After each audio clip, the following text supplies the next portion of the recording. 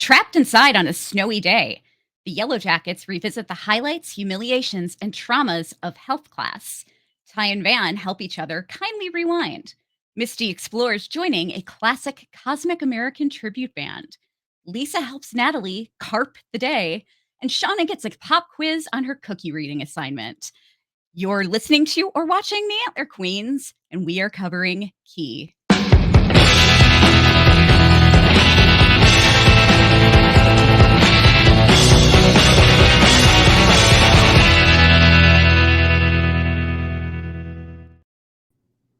Hey guys, what's up? You are with the Antler Queens. I'm Kelly Weird Ass Balls Geist, and I am here with my beautiful guest, Proma, senior TV writer for IndieWire. Hello, Proma. Hello. Proma Khosla. Yes. Full name. Tell us a little about working at IndieWire, what you do. You kind of dabble in a little comedy as well, too, don't you? Oh, yes. Yeah, you found out my not so secret. So my day job is that I am a senior TV writer at IndieWire. I used to be at Mashable before that doing TV and film. Now I'm pretty much squarely on the TV side. So season 1 of Yellowjackets, I was covering over at Mashable, which was interesting because at first we kind of were like, let's see what happens with the show. It's on Showtime, it's streaming. Are people going to watch it? And a month later, it just exploded. And they were like, everything Yellowjackets all the time, write whatever you want. And this was the second pandemic winter. So I needed a hyperfixation. And I was just like, great, you want me to write only about Yellowjackets all the time? I will do that. In fact, that's all I'm currently capable of. It turned out to be around a few months later is when I was applying at IndieWire, and it turned out to be a very useful skill that translated because we do lots of TV coverage, obviously, of every kind. A lot of Emmy stuff was happening with the show. And then this season, my editor was just like, you are on the Yellowjackets beat, take it and run. And I was like, that's awesome. I've worked my whole life for this. I was a huge Lost fan as well. So I do feel like this is my life's purpose. But yeah, so I will promote this many times, but you can read my I'm doing weekly episodic reviews over at IndieWire. And then usually we have a second hit, some kind of interview, talk to a bunch of the cast, or I'll do some sort of analysis on the episode, including today, which we will talk about in episode 6. And yes, the not so secret is that I also do stand-up comedy and film production and a lot of other creative things on the side. It's basically the separation of my Twitter and my Instagram. Gotcha. Yeah. Gotcha. I haven't been on Instagram much lately, which is really bad, but I know I follow you on Twitter. I probably am not following you on Instagram just because I haven't been active on there, but I will be. It might be Twitter, yeah, because I've seen you in the tweets and stuff, but it's also fine. The separation is not that deliberate. It just kind of, I feel like the people tend to logically fall. I feel like a lot of media and entertainment people, tend to be on Twitter, and then a lot of performers and stuff who I know tend to be on Instagram. So I'm like, all right, let's find what you like. Yeah. Instagram, I pretty much I mostly schedule post. So I'm not really on there most of the time. I just, schedule post to go there, and that's about it. Listen, I feel like having any social media is now a full-time job of its own. Yeah. So oh yeah. Respect and sympathy for everyone on every platform. And here's hoping we can all just log off one day. Hell yeah. By the way, guys, I'm still looking for a social media manager. So hit me up if you want to help out with our social media, because it's a big job. Well, that's so exciting that you get to that you get to cover one of your favorite shows. It's super cool. It's awesome. It's a very, very cool job, and I'm super grateful. Awesome. Well, let's get into it. The episode is called Key, which I'm still really confused about the title. It means who in French. I mean, unless there's some other meaning that they're going for. It's also who in Latin, which I believe when I originally looked it up, I was just like, oh, of course, that explains everything. Okay. Because it's sort of like a gender neutral pronoun. Yeah. I don't know if it's gender neutral. Yeah, it is, but yeah. I mean, because we find out that Shauna has a boy, but I think the idea of just being like, she has that whole speech at the end where she talks about, his potential and who he's going to be. And then she doesn't get to find out, the who of it, which is these Okay. episode titles are just, oh. I know. So that's what I was wondering what it was referring to. So that's your take on it. Yeah, that was kind of Gotcha. what I thought. Okay. That makes sense. I was just really confused by the whole thing. The Friends Romans Countrymen was just such a brilliant title. I remember when we get the screeners, they don't usually have, or sometimes they don't have titles, depending how far out it is. So I think when I first watched it, I didn't see a title on it, and then I went back into the site, and it said Friends Romans Countrymen. The other ones didn't have titles, but maybe the first two did, and I was like, what? And by then I had also seen it, and then I watched it again, maybe 2 or 3 times, wrote about it, it premiered, and then I was just like walking around one day, and I was like, oh. I was so upset. And then once, I think this was the week of the premiere, because then a bunch of my friends were like texting me as they watched it. And every time someone finished the episode, I was like, now go back and look at the title. And they were all the texts I got back were just like, can I swear? Oh, yeah. Yeah. Okay, yeah. So all the texts I got back were just like, fuck. That's hilarious. It's appropriate. Yeah, absolutely. Well, the episode was directed by Liz Garbus, written by the showrunners Ashley Lyle and Bart Nickerson, as well as Karen Joseph Adcock and Ameni Rosa. We already read the description. So I loved the way this episode started out. What did you think of the health class scene? Oh, it's so fun. And I think one thing this show does, so many things this show does really well. I feel like if I use that clause right up front, I'm going to exhaust myself later. So I loved it because this show is really good at deploying humor when you really need it, especially just like random funny lines, which we'll get to some of them later. But yeah, so just opening it up with kind of a more lighthearted scene was really nice, which is so really ridiculous. Randy being an absolute just joke of a person. And it's nice to get those little peeks back into the girls' lives before the crash, because we really rarely get them this season. Like in season 1, there was almost every episode you got someone's backstory before the crash, but now it's pretty much just wilderness and the present. So it's nice to get a little peek. Yeah, it is really nice to kind of to get that thrown into the mix. One thing that I haven't really seen a lot of people talking about that has me interested is that this Coach Ben was very prominent in this scene. And there was none of that glitchiness going on like there has been with his scenes with Paul. I mean, it was pretty much just a straight flashback. There was really nothing strange about it. A lot of people picked up on the skeleton that was behind him, thinking that was like some foreshadowing. But I loved Van's takedown of Randy. Like, magnums all day, baby. She's like, if you can't fit in, then she puts it on her hand. She's like, if you can't fit in, if these can't fit you, you need to see a doctor. And it's so smooth. Like she does it while she's talking. She's just like, oh yeah, well. I love Van. She's so great. And then of course, Misty like wants to know about the blood. Yeah. When you also get everyone just a really great little personality samples of everyone, including Shauna being just a little psycho. I saw this TikTok weeks ago that was just like someone being like, I am the most scared of Shauna on the show, and they were like teen Shauna, like pre-crash Shauna. They were like, she's just a nightmare of a girl, and I haven't stopped thinking about that. I adore her, obviously, is such a great character, but it's true, like the way that she is able to just like switch into that mode, gets a note from Jeff, and immediately her brain, before she can process it, I feel like even before she has any like cute thoughts about him, her brain is like, people saw us, I need a cover story. How do I smooth this over before moving forward at all? And I was just like, you were born to commit crimes.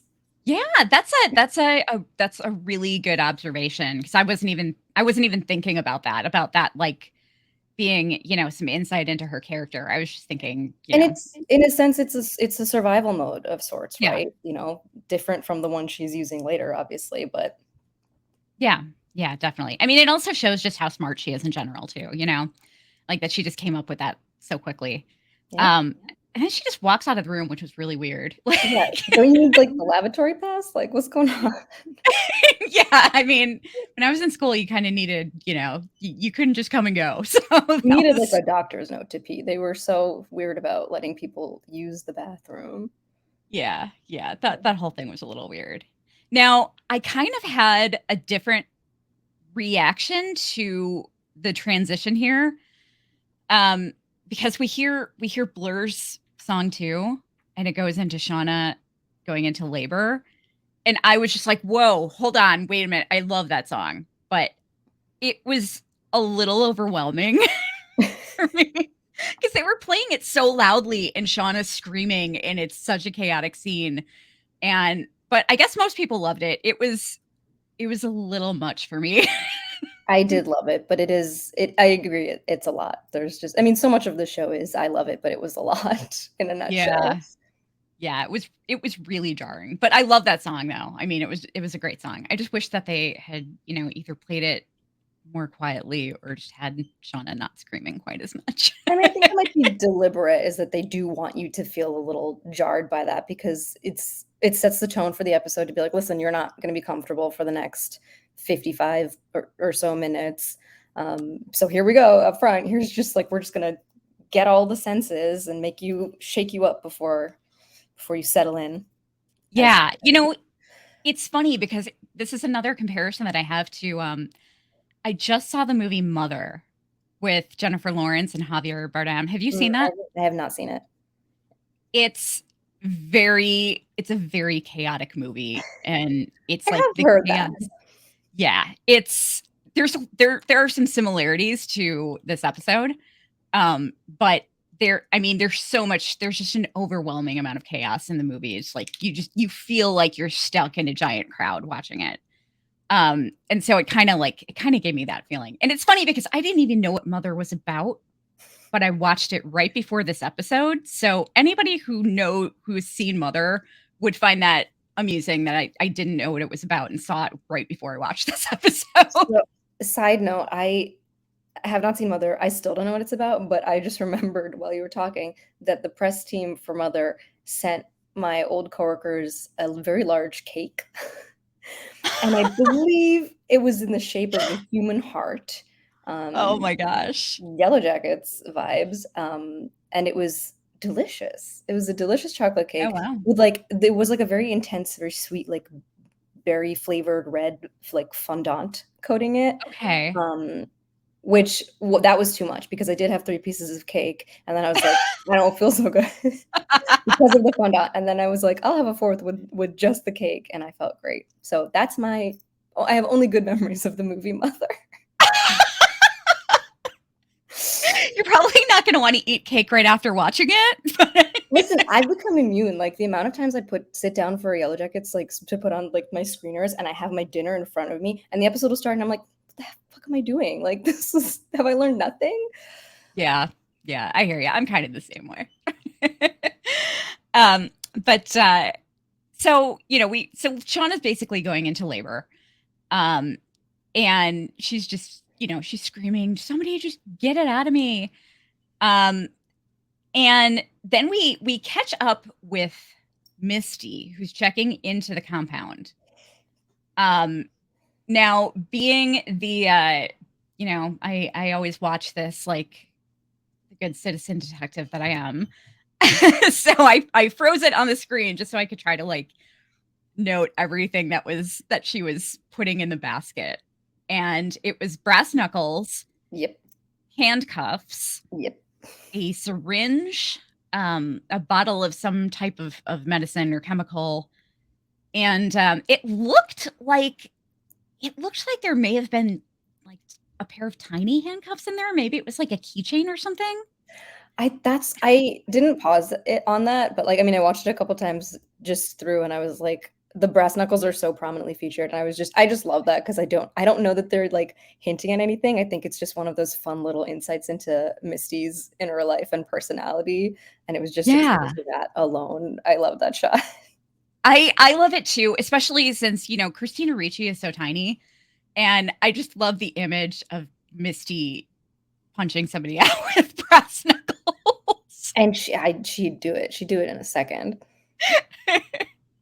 Yeah. And, she doesn't want to give up her phone, but the guy insists. And we see that Walter's texting her. So do you think that he's going to come back into the picture? I've seen 7 and 8, so I'm like trying to. That's right, you have. I'm trying to like tap into my Shauna Shipman lying instinct. I think he should come back. I don't feel like we've closed the loop on that story. Yeah. Yeah. It kind of doesn't make sense for him to just take off like that. And then, and then we see him trying to get a hold of Misty and then he disappears forever. So yeah, I don't think he's gone for Well, and good. she's giving up her phone and stuff. Like, we don't know how long she's going to be at the compound, if she'll get it back or make contact or he'll make contact. So yeah, I don't think we've seen the last of him. I hope we haven't. Yeah. What I'm curious about is, does she have Jessica Roberts' number in her phone? And if she does, I mean, it seems weird to me that both Misty and Jessica Roberts would have overlooked Lottie. You know what I mean? Especially Jessica, because this is what she does. Right. And I'm just wondering if maybe she had been to the compound already, but we didn't know about it. And, if Lottie's maybe going to go through Misty's phone and see that Jessica Roberts had been in touch with her. It's all really curious to me. Yeah, I think it's possible that she went before, or maybe she was waiting to go after contacting Misty. Maybe she thought she would knock out everyone kind of within city limits or close by, and then obviously her plans got derailed. But I love how in season 1 that line about, some of you guys live off the grid has just become their sort of fail-safe for really being able to include anyone and everyone at any point. And it doesn't feel like it's retconned. Like, I feel because of that line, I'm like, oh, so Van was always out and was in the plan, and Lottie was always out, and I don't feel as lied to as a viewer. Yeah. Yeah, I agree with that. I don't, I think they've done a pretty good job at figuring that stuff out so far. What I'm really curious about is I've had this theory for a while that I don't think Walter's name is really Walter. And I feel like he is affiliated with the compound somehow. I have been so mistrustful of Walter since he showed up. Because on the one hand, it's nice to see Misty kind of sparring with someone who's on her level, who's a citizen detective, who appreciates a lot of what she brings to the table in that capacity.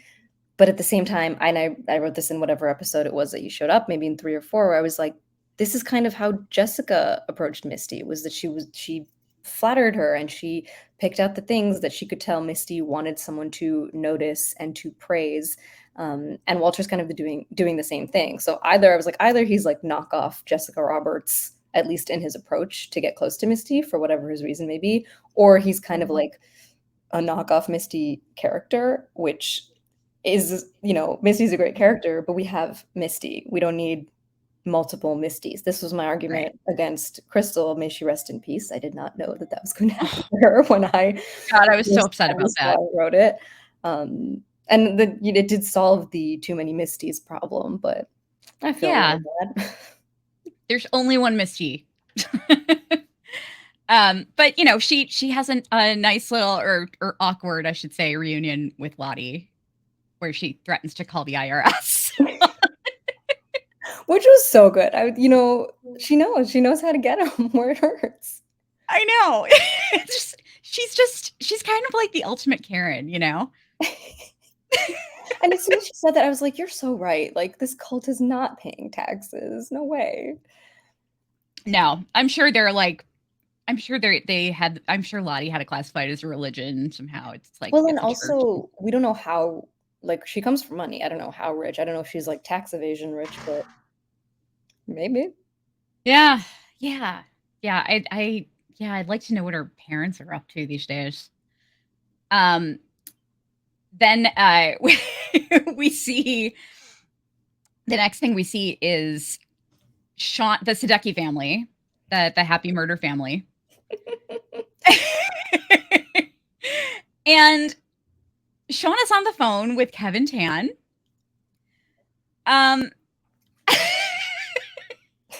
I like she the way that Kelly comes in and the way that she delivers this line, she's like, maybe it just would have been better if you had slept with him. Again, so this is one of those moments again where the comedy is just so pitch perfect for like what we need. Yeah.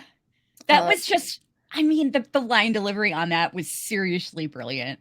It's one of those, it's in the vein of those like things that someone will say in it's like a stand-up routine or on, SNL or something where you're like, oh, that's something that not necessarily everyone's thinking it, but once it's voiced, you're like, oh shit, there is a grain of truth to that, but it's obviously not something that we normally would say because it's simply not appropriate. So as soon as it comes out of her mouth, you're like, Shauna, and then you're like, Shauna. Shauna has absolutely zero filter. Yeah. I can't blame her. Yeah. So that's, we kind of knew that was coming just based on the trailer, that she was going to be interrogated.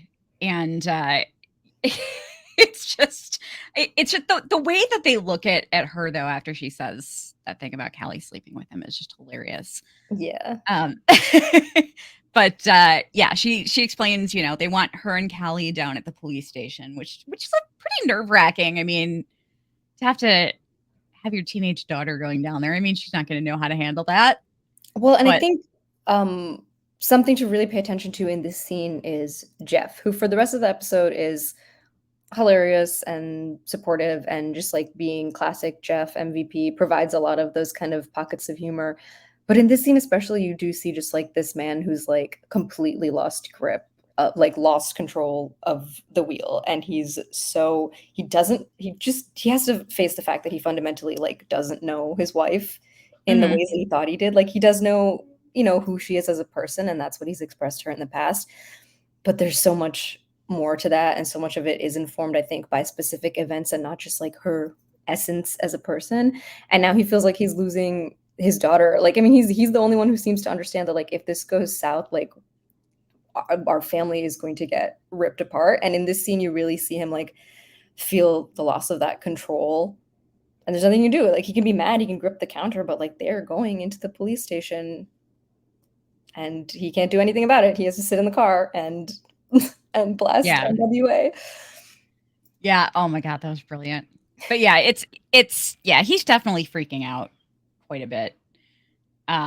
He's a lot more vanilla than Shauna is. He doesn't really like his boat rocked very much. Strawberry, what was that line? The strawberry line. But he attaches his entire identity to rejecting strawberry lube. I mean, that's who he is. Yeah, absolutely. And there's no shame in that. It's just he's out of his depth at this point. Like, he is just drowning in strawberry lube. Yes, exactly. So we catch back up with the teen timeline. All the girls are doing a really good job, trying to help Shauna. But it's pretty intense, and Misty is kind of like taking the wheel. But Lottie starts this prayer circle, and Mari shouts out, "Wilderness, please don't let Shauna die." Listen, for someone who every episode until now has just said something that made me want to punch her, Mari, this came out pretty good in this episode where I was like, oh, you were behaving like, I get it. I get it. Maybe also has no filter in this moment, but she definitely feels the right way. Her heart is in the right place for once. Yeah. Yeah. And, and I think that might be now might be a good time to bring up one of our superlatives for this week, which was the one that you came up with for Mari. That is worst person to take a cabin vacation with. Wilderness, I hope Shauna doesn't die. So this doubles as like worst Lamaze buddy because worst Lamaze Yeah. buddy because she's not really keeping it together in this moment. She has the one of my favorite lines though, which is when she's like, "Should we get water?" Like they always have water because the in Lost when Claire gives birth, Charlie also has a line where he's like, "I feel like we should get hot water. Like they need hot water." And so my love of Lost just drew me to that moment. I do think that might have been a coincidence. I definitely, if someone gave birth around me, I would be the one being like, "We need water," right? Um, but yeah, but the rest of the time, she's just a horrible companion. So she is the worst person to take a cabin vacation with, especially if you anticipate giving birth. Yeah, I agree. I would not want to take a cabin vacation with Mari. I mean, if things were going good, she seems like somebody who might be kind of fun. But yeah, we had a whole conversation on the show about how if Mari's alive right now, we think she's a customer service rep. And she just screams at people all day long. She's like the worst customer service person Yeah, ever. I feel like that, or like she could also be the ultimate Karen. I will give her that she's a lot of the time in the cabin because she's kind of in the periphery. We don't see it, but like she's keeping things running. She's very much like out there, like delegating tasks and stuff, while everyone else is like, "Oh, I have to figure out who my sleepwalking consciousness is," well, on their Yeah. little adventures. Yeah, But she's been annoying. that's a good point. But yeah, it's a stressful scene. I mean, like they're in the wilderness. Shauna's giving birth. They don't know what's going to happen. Everyone's really scared. Um, I mean, when you first watched this, were you? I mean, you can't really be too worried for Shauna because you know she survives. But I mean, it's. Did you? What were your feelings on whether or not, like, did you expect the baby to survive? Did you expect a stillbirth? I I don't know that I necessarily even let myself like theorize about it. A lot of stuff, I guess part of this is just the nature of like watching a lot of shows. Um, is that sometimes I'll just be like, I can't wait to see what happens, and the thought will end there. And this was a particular plot line where I was just like, we'll see what happens. I will say, like, once you get to the end of the episode, I was like, yeah, this makes sense. These are not Yeah. really conditions conducive to childbirth, let alone actually raising a baby. I had seen obviously the big theory last season that they eat the baby, which was, I think, dismissed pretty early, but I think was going to go around right until this episode came out. So I don't know, like while she was in labor, I really was curious what the effect would be with everyone else. I was very worried about Coach because I'm always worried about Coach. And that was the thing that, because I have genuinely no idea what's happening with him. And again, that's one I haven't let myself theorize, but I do think that is the majority of my stress this season has been for him. So Wow. to answer your question, yeah, I didn't really think about it. I was just like, I kind of was with Mari where I was like, I knew that Shauna wasn't gonna die, but I was like, let's just get through this and like see what happens, because I knew that whatever happened, that there was going to be an aftermath of sorts. Yeah. Oh yeah, for sure. Um, so the right after Mari says that, I have to give Ty props for like, because Lottie is telling her to let the pain open her to the moment. And Ty steps up and she's like, I think she could really use some space right now. Ty, I have to say, did we do an MVP superlative? Because I think Ty was MVP this episode. I was very impressed with her. Yeah. That is I her like state senator Taissa Turner kind of instincts of being like, okay, someone has to be the grown up here, which we've seen mhm. plenty of times before, but in this scene especially, like, and knowing that she also doesn't have full control, like she is not delivering the baby, she doesn't feel that she's capable, but being able to calm everyone else down, being not leaving Shauna's side and helping her through all of it. Yeah, you need someone like she would be the best, like as counterproductive as Mari and Lottie are being. Ty really stepped it up. So Ty gets your Sassy Magazine Award of the Yeah. week. Yeah. Good. I think that's a good choice. Um, but yeah, she's definitely a good person to have, to have by your side if you're giving birth in the wilderness.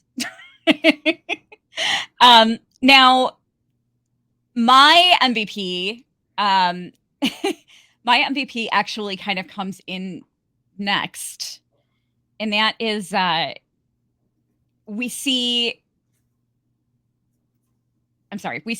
Lisa going to Natalie's room. Well, wait, no, I'm sorry. We see her. Lisa finds Natalie outside. That happens first. Sorry, I'm rearranging my timeline here. My apologies. So yeah, Lisa goes and tries to visit Natalie in her room. Hears a gunshot, goes outside, and Natalie is shooting cans. She totally lost her touch. She's missing everyone by a mile. This scene broke my heart. Natalie's my favorite character. I just think she has such a good heart. And I hate to see her feeling that way about herself. What were your thoughts on this? Yeah, and I think it's because it's also just like we've kind of peeled back, especially even since the end of season 1, at where that's all coming from with Natalie and the different layers to her pain. But in this scene, because now that we know more about Lisa, it just the weight of it of being two people who have really, really struggled with mental health and with their relationships with their family. And kind of Lisa sort of being the adult in the situation and helping Natalie was really sweet after everything that the two of them have been through, even through a few episodes. Yeah. And from Nat kind of trying to do that with her previously and having it not necessarily take, I just thought it was nice to have Nat even be receptive to that. But I think she just sometimes she just need to be comforted and taken care of a little. And yeah, they played it really well. Yeah, they did. And yeah, I mean, Natalie was blaming Lottie for Travis's death, and now she's blaming herself, and that's so heartbreaking. And I almost feel like that might be setting something up for things to go way south with Natalie and Lottie. I don't know. The whole adult Lottie just feels like a ticking time bomb situation. Yeah. Like even this little bubble we've created at the compound just does not feel like it can last. And I think even before everyone else showed up there, that Lottie may have known that, and that's why she was so far removed and was like, "Let me build my little world and enjoy it for as long as I can." Yeah, that makes sense. But yeah, Natalie says something interesting here, and it's that whatever was inside Travis is inside her too. And the things they did in the wilderness maybe it was to survive, but she's not sure that they deserved to survive. And I'm wondering if that's because everyone was kind of thrown by when she was doing the EMRD type stuff with Lottie, and she saw Lottie asked her what she saw, and she said, "We're on the plane, none of us made it." And a lot of people were thinking okay, is there kind of a parallel universe thing going on here? And that line that she says that it was to survive, but she thought that maybe they didn't deserve to. I think that kind of relates to that. I feel like she was seeing that because that's how she felt about the situation. Yeah, I totally agree with you. I hadn't even thought of it, framed it in context of that scene, that kind of vision. But you're right. I don't necessarily have anything to add. It's obviously something she's thought about, whether consciously or not. And this maybe was the first time she said it out loud to somebody. Yeah. Yeah. I think, when she saw them all dead on the plane, that I just think that was, I think that was her subconscious, just trying to envision how she felt and, bring her deeper feelings to the surface, which is really sad. Yes, just yes. There are it's kind of an aside, but there are so many visions, hallucinations, flashes, things like that this season that it's definitely can be hard to keep track. But I'm noticing as we get more and more in the thick of it with these episodes that everything serves a purpose, and they function differently in relation to the character, to the timeline, to the context we have around them, which is kind of implicit, but it's still interesting to watch it unfold. And this is another example of that, like you said, with the vision of them all dying in the Yeah. crash. Yeah, definitely. So back at while you were streaming, still love the name of that store. So the way that everyone's development arrested and the things that they collectively fixated on, like the things that became pivotal to them, is just so fascinating and sometimes fun and sometimes devastating. But Yeah. yeah. Yeah. Yeah. It's just Van is just completely stuck in the 90s. It's so funny. When I saw that she was literally living in an attic, I was like, we have to call somebody. Yeah, it's what I loved Taissa coming out in Van's clothes though. There was just something so kind of sweet and comforting about that. There's so much history there, including history that we don't know. Like there's a line, I think it's in this episode, about like Shauna's wedding. Maybe Yeah. it's Oh, episode that 5. was a couple episodes ago, I think. Yeah, which I was just like, wait, so you were all there. That means you were Yeah. still speaking for some time, or maybe invited as a courtesy. I don't know. Because the pilot or like season 1 sort of suggests that they've all just not been in touch for, 20 plus years. But then I was like, oh, you were there. What happened to Shauna's wedding? Tell me more. How long were you together? Why did it end? Ugh. Yeah, I'm really interested to find out more about what happened between them because it clearly didn't end well.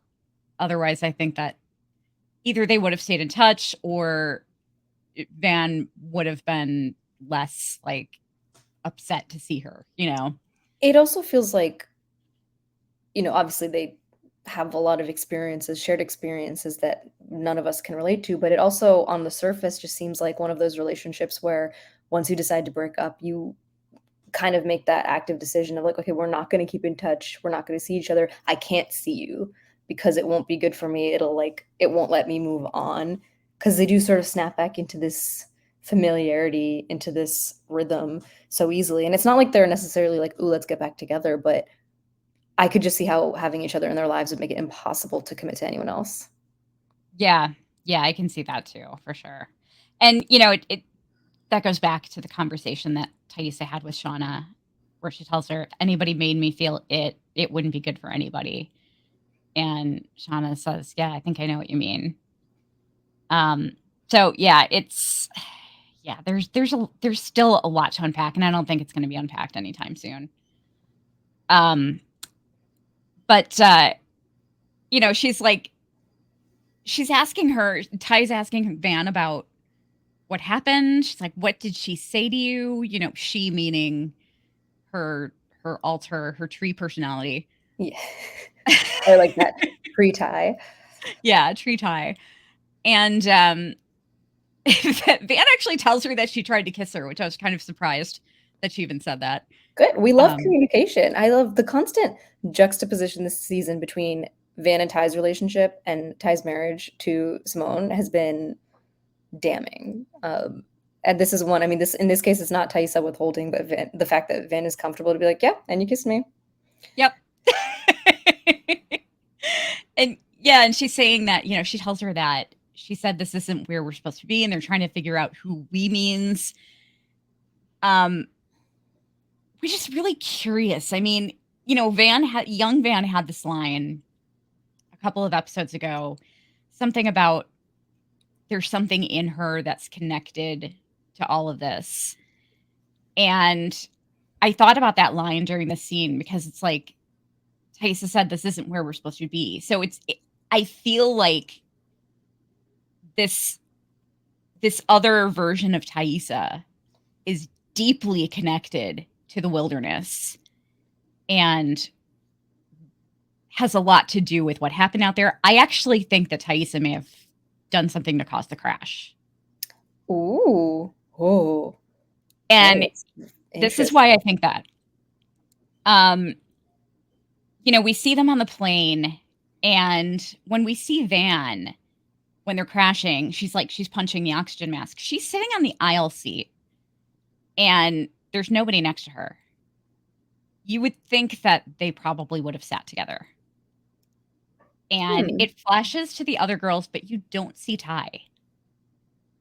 And I'm wondering if that was like possibly her first time experiencing this other version of herself. Oh, that's so interesting because they were flying over the wilderness at that point. Mhm. Could have been asleep. Yeah. Oh Yeah, man. I feel like she probably fell asleep on the plane, and she may have even gotten up, and Van, like, may have even moved aside to let her through, thinking nothing of it, and she may have done Ooh, something after that, you know? ew. I don't like it. But she is I feel like she's steering a lot of what happens, and I feel like she's Lottie is kind of seen as this, like, cult leader type in the wilderness, but I think Ty is really the one that's the most connected. Well, and I think Ty is just like such a natural leader. Like even when they arrived there, even before they crashed, like Jackie's the captain, but Ty has such a like captain presence and knowledge and sort of fills in that role after Jackie's death without meaning to, not necessarily being like I'm the leader now, especially because Lottie is also coming up.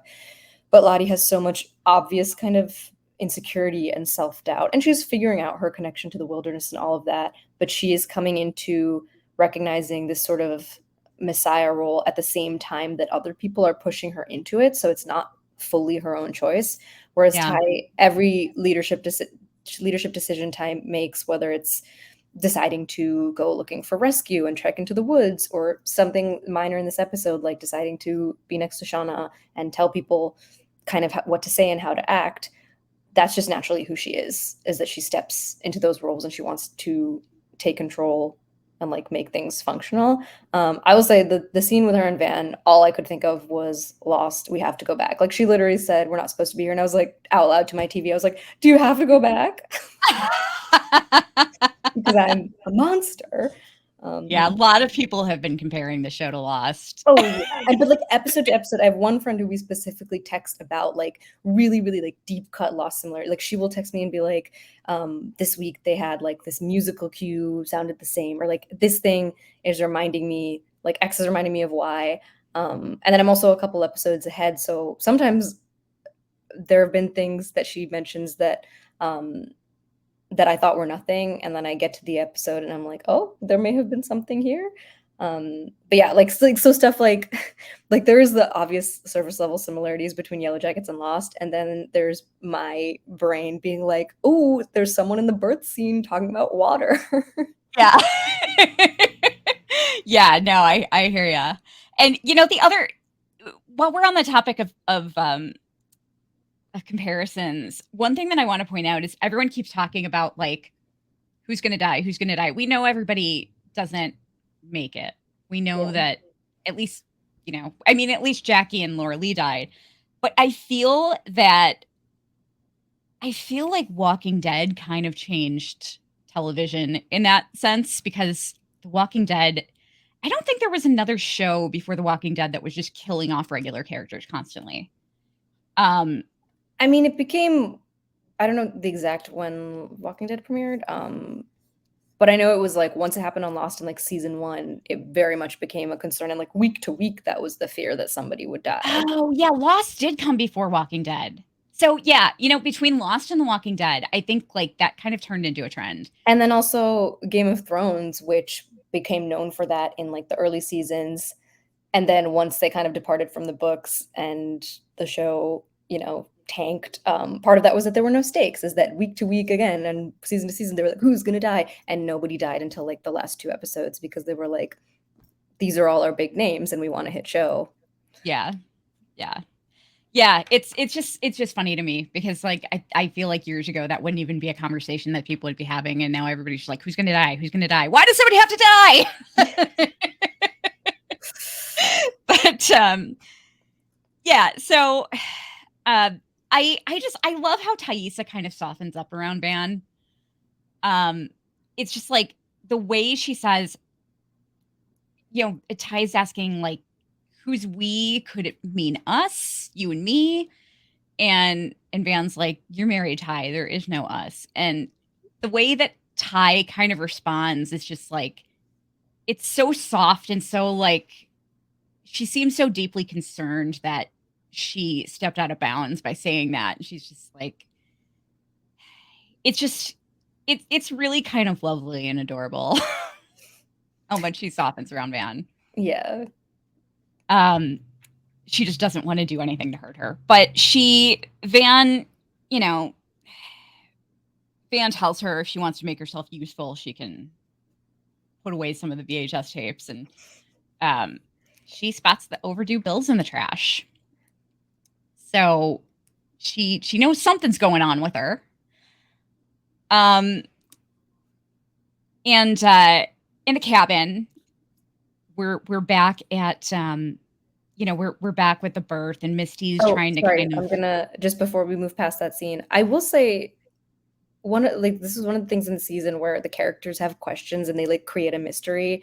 And to me, it's very obvious. So when she said this is not where we're supposed to be, I was like, that to me, that very obviously meant everyone, like all of the survivors. Oh yeah. Yeah. But I that agree. Also, again, that is my twisted lost brain. I agree. I totally agree.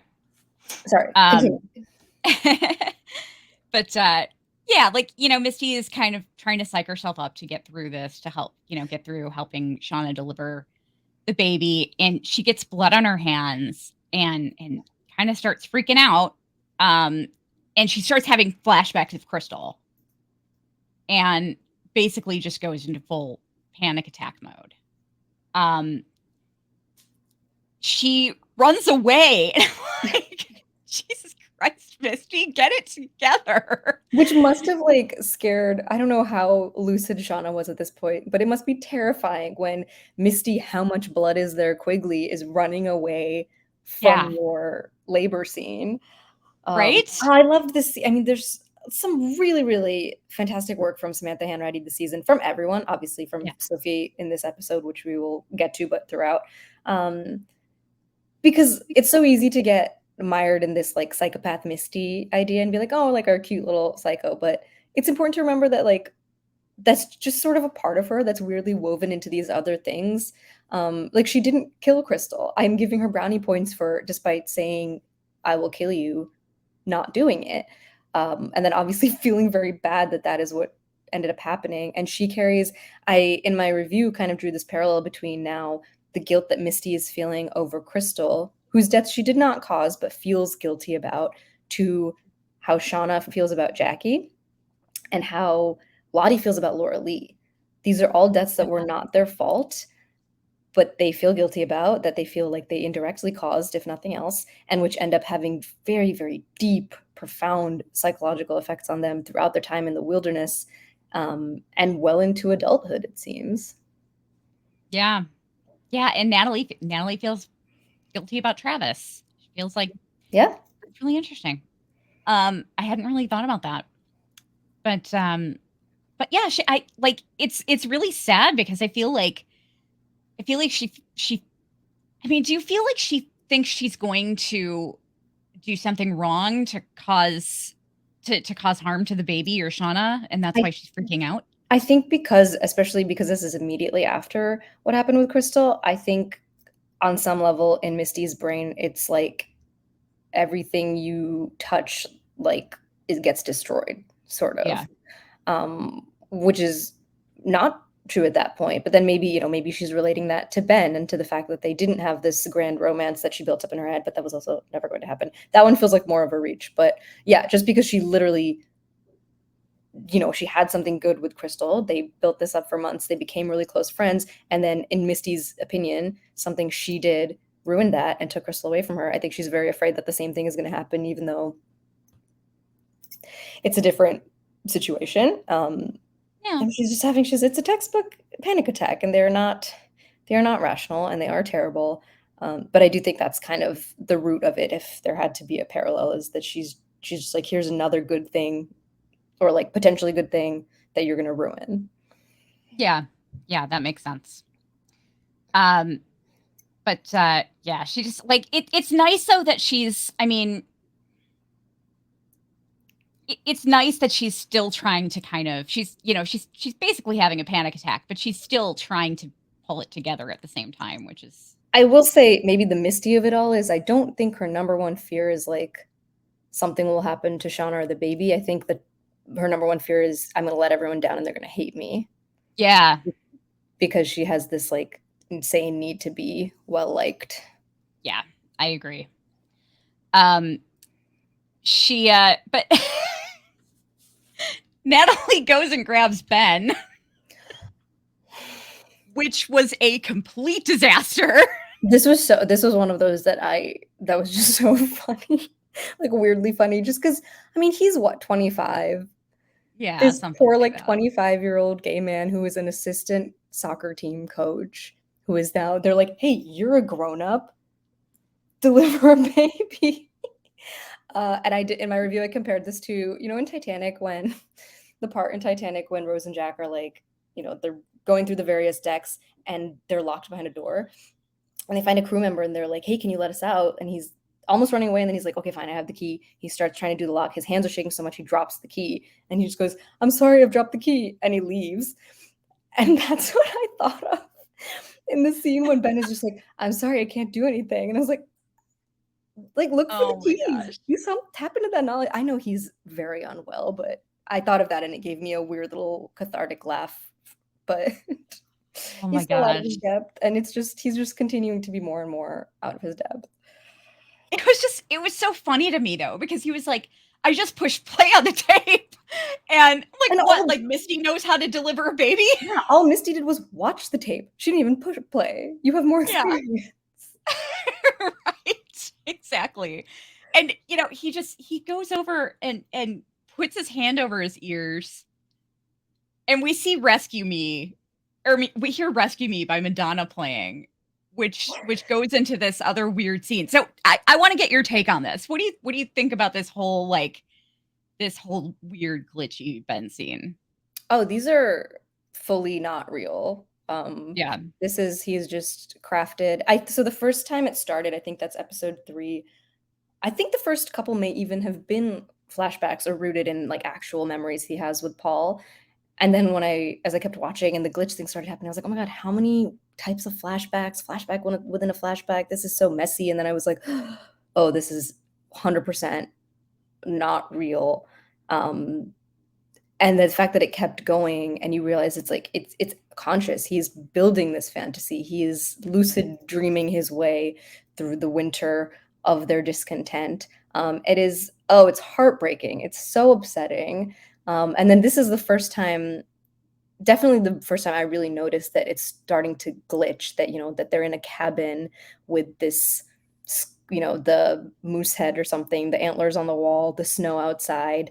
And it is so chilling to see how comfortable he got building this.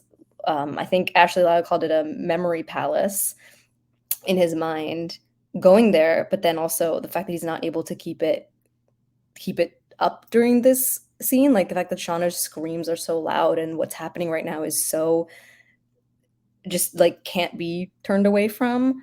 I can't think of there's a word for this, but I'm like unfaceable, and that's really not it. What's happening is so immediate, so pressing, and just so inescapable. There it is. There you go. That even this wonderful little bubble he created with Paul isn't enough to get him out. I just can't stress enough. I'm so worried about this man. See, I am. You're gonna hate me for saying what I'm about to say, but I am totally team Ben McHugh. I mean, at that point, like, don't waste. My first thought when Crystal died is I was like, well, she's perfectly frozen. Yeah. She's in the fridge. And I don't feel good about having that thought, but he's currently very much alive. I just think that I'm so afraid that he's going to try to die by suicide, because the book that he had in the last episode, which I looked up, I think the author's name was like spelled wrong, but the book that I looked up is literally about a man having like paranoid delusions and then trying to end his life. And I don't like that at all. Yeah. So So you think that he is basically just kind of creating an alternate reality in his mind to escape to? Yes, and Um, I think that as that becomes less viable, he's just not going to want to be around. that's what I'm hoping for. I mean, I'm hoping that he is actually creating an alternate reality in his head, um, because it seems like it's hinting so heavily at there being a parallel universe situation, which is really tough to make look good. I just don't I just don't think the show would do that. I think the show is Yeah. more grounded than we give it credit for. And part of that, like a great example of that being not great necessarily, but a prime example of that being what happens at the end of the episode with Shauna's baby versus the many, many theories that happened is a lot of the time, I think my friend Kayla Upadhyay, who does the recaps at Autostraddle, she's the managing editor there. I think in her season 1 early recap somewhere, she said that like things kind of just happen the way you expect them to. At this point, I don't even remember. Like I've adopted this so strongly that I don't know when, like if she and I talked about it or I keep mentioning it. I keep underlining it in all of my reviews because things kind of just happen how do you expect them to. The last season's finale, people were kind of like, oh, nothing shocking happened. And I do think a lot of the time, like the shock has already happened. The plane crash is a shocking thing. That is the biggest twist in all of these characters' lives. And then there's the shock of cannibalism, but the showrunners have said many times they're not so interested in why, but how. And I think the shock is these minor things, is like the characters' motivations and decisions and relationships, and not necessarily like beat to beat plot points and like who lives and who dies and what's real and what's not. I think those things are for the most part pretty straightforward. Yeah. Yeah. I did like that one of the things that he was having them guess in this scene was One Life to Live. Because that kind of, that kind of relates to like him, the fantasy scene that we saw with him and Paul where he went to his apartment rather than get on the plane, and this is the kind of life that I want. I want to live as who I want to be. And so I thought that was kind of cool. I felt like that was kind of a callback to that a little bit. But yeah, it's just, he's kind of just not really very helpful in this I feel situation. so bad for him. He just must be so lonely. And he truly was supposed to be in charge of these girls for like 3 days. And now Yeah. he has just been their mom for like 8 months or something. Yeah. Well, up to 9 months maybe. I don't know the exact. Shauna's at least 7 months pregnant. At this Yeah. point. Yeah, it's too much. And now he's worried that they're going to eat him. Yeah. Oh my gosh. But yeah, Natalie tries to comfort Shauna, and then she's like, don't worry, Akilah's got this. Akilah's like, what? Which Akilah, I believe, is the one in season 1 who's like helping them identify berries and stuff, right? Yeah. And I'm sure that Shauna is aware of that. She's like, wait, the garden girl? Like what? Well, she also sewed up Van's face. She did.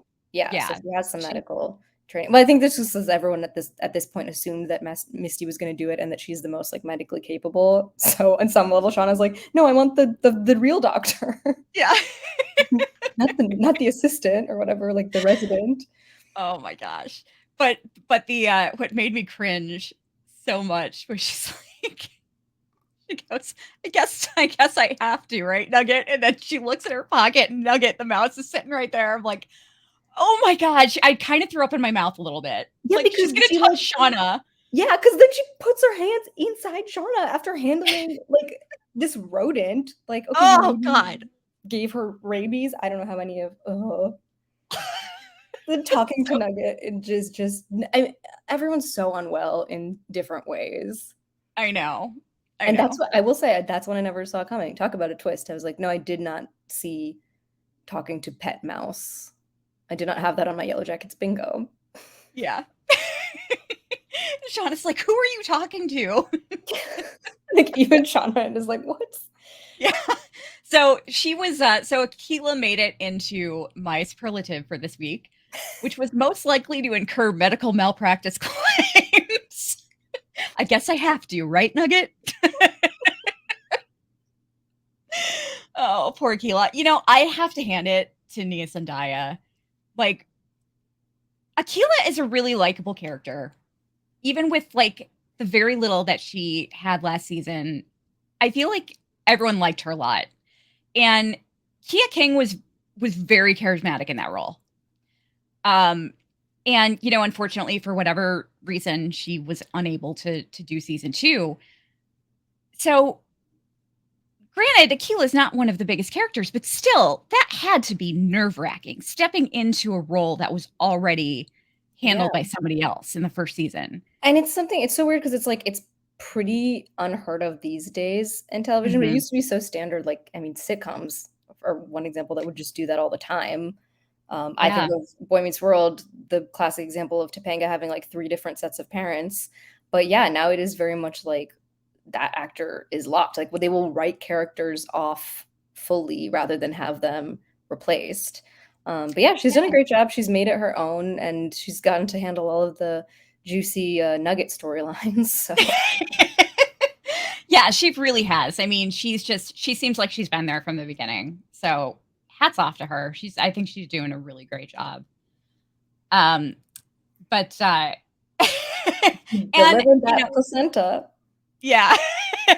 And I mean, and the character herself is certainly doing a better job than Coach Ben or Misty at this point. Um, but then we see Travis grabbing the skull off the wall. Okay, before we even go further, I just want to say I'm so obsessed with Travis's journey as like from being this just like grouchy, surly teenage boy to Yeah. he's very much like these girls have become his family. He's not really resistant to that anymore. He's not, I mean, he's doing stuff that like outside Travis or younger Travis or like pre-crash Travis would like laugh at him for. Not for the, just not just because like of, blood sacrifice and rituals and all that stuff, but just being like, really, you're believing in all this stuff that the girls are believing in. And I just think it's so fascinating. Like everyone's on a very interesting path here, obviously, but him being the one who is then kind of not leading these rituals, but he's very forward about like wanting to drink the tea and wanting to participate in the circles. And in this case, being the one who's like, oh, I will initiate, like, we need to offer sacrifices. Let's do something. And I, don't really know how to feel about the sort of Lottie religion coming out here, but I just think it's very interesting how far his character has come, and that's the position he is now in, is he's like leading this in the moment when they all seem to need it. Yeah. And and I think it was kind of it was a fairly realistic move for him to start that, because they just found Javi. And so he's heavily subscribing to all of this stuff right now. Yeah. So I kind of liked that. At first I was like, when he grabbed the skull, at first I was like, what is he going to do with this thing? And I thought for a second he was going to like put it on his head or something. Just for shits and giggles. I don't know. And again, everyone has been through so much that, it's obviously difficult to say like pre-crash him would judge himself, but I think this is a fundamental change. I think a lot of them are sort of who they've always been, and the wilderness has amplified that or brought out something that was always there. And maybe this was always there in Travis, but it had never been seen before. Like, he does seem like someone who has just fundamentally changed. Yeah. And then do you think Mari offers like a button? I mean, yeah, I think it was Van. Van put down a button, and then I think Lottie put a lock of her hair down. Just foreshadowing the hair on the thing. Oh yeah. Oh yikes! I didn't even think about that. I just thought of it right now, and I'm upset. But yeah, Travis cuts his hand, and Lottie tells him that the wilderness recognizes his sacrifice. I'm so tired of the cutting of the hand. I've never liked watching that on TV or in film, because like I remember seeing it in like Pirates of the Caribbean in 2003 or whenever that was, because they offer the blood sacrifice, but they do like a huge thing across the palm, and I'm like, if you're doing it, if you only need a little, the little prick, do like one drop. And it's so stupid because I know how much a paper cut hurts. You're telling me Yeah. this gash across your hand doesn't Oh, hurt like shit? And also, you can't do it all the time. You have two hands. yeah. And then it's gonna take time to heal. Like it just like there have been 3 or 4 instances of that so far in season 2, and I'm like, every time I'm like, this is impractical. Yeah. You know, I mean, I remember I was like at a this was years ago. I was at a nightclub and I was like my friends and I were dancing near these windows and one of them had kind of like a I don't know if it was like a nail or a jagged piece of something sticking out and I put my hand brushed against it and just my finger got cut. But it got cut in a spot that like it was gushing. It was just a little tiny cut on my finger and it was gushing. I mean, yeah, go for the fingers, guys. Like if you cut it the right way, you'll get plenty of blood out. Also, the other ones I'm thinking of, I was like, there's a fourth instance. It's not actually a fourth instance of the palms. It's Nat cutting her leg to get the blood on Javi's pants, which I guess Yeah. she needed more blood for that. But I still also like, why would you cut your leg? You have to trek through the snow every day. You need your legs to be in like peak physical condition for this. Yeah. That whole thing is really weird. Everyone just stop. Take away their knives. I know. Please, please, please stop that. Use the fingers. Diabetics have been doing it for a long time. But yeah, so they, you know, they do that whole thing. So then we see adult Lottie in her psychiatrist's office. Now, there's been a lot of talk about the people thinking that her shrink seems kind of sketchy. Like what's your take on this whole thing? This is yeah, so this is one of the lost things that my friend and I have discussed where there's this my friend remembers it better because in I think the later seasons, Ben Linus, that character is sort of like I don't think he's like a therapist of sorts, but he's sort of talking the characters through stuff. And so my friend said that this reminded them of that. And in that it's just a little suspicious, untrustworthy. My Yeah. main thing was just logistically, I'm like, are you just popping in and out of this therapist's office all the time? Do you not make appointments? Are they on site at the compound? Um, yeah, something feels weird about it. And some of the conversations they've had, and this could just be a TV thing, but some of the conversations they've had, I'm like, I don't think this is very professional of you. Yeah. Now, um I did notice that they were they were wearing the same colors in both episodes, which was interesting. Yeah, so that's why I was like, is this person a member of your cult? Because that's just unprofessional. That's a conflict of interest. Yeah. Or do you make And then I saw or they're coming to the compound and you make them put on the clothes. I don't just thumbs off. Thumbs off. but yeah, like the first episode, Lottie had on, you know, she had on like a cream color top and some gray pants. And that's what like, you know, that her therapist was wearing the exact same colors. This week I think she had on burgundy. Therapist was wearing burgundy. We never saw her face in this episode. Yes, this one I remember being creeped out by that. Yeah, that was a little strange. Somebody else pointed out that in the preview for episode 7, um, there is a plant in the corner where there was something else. I don't know if it was a table or something Oh. else, but I mean, I don't really know that that means a whole lot. I mean, you know, people are rearranging their offices all the time.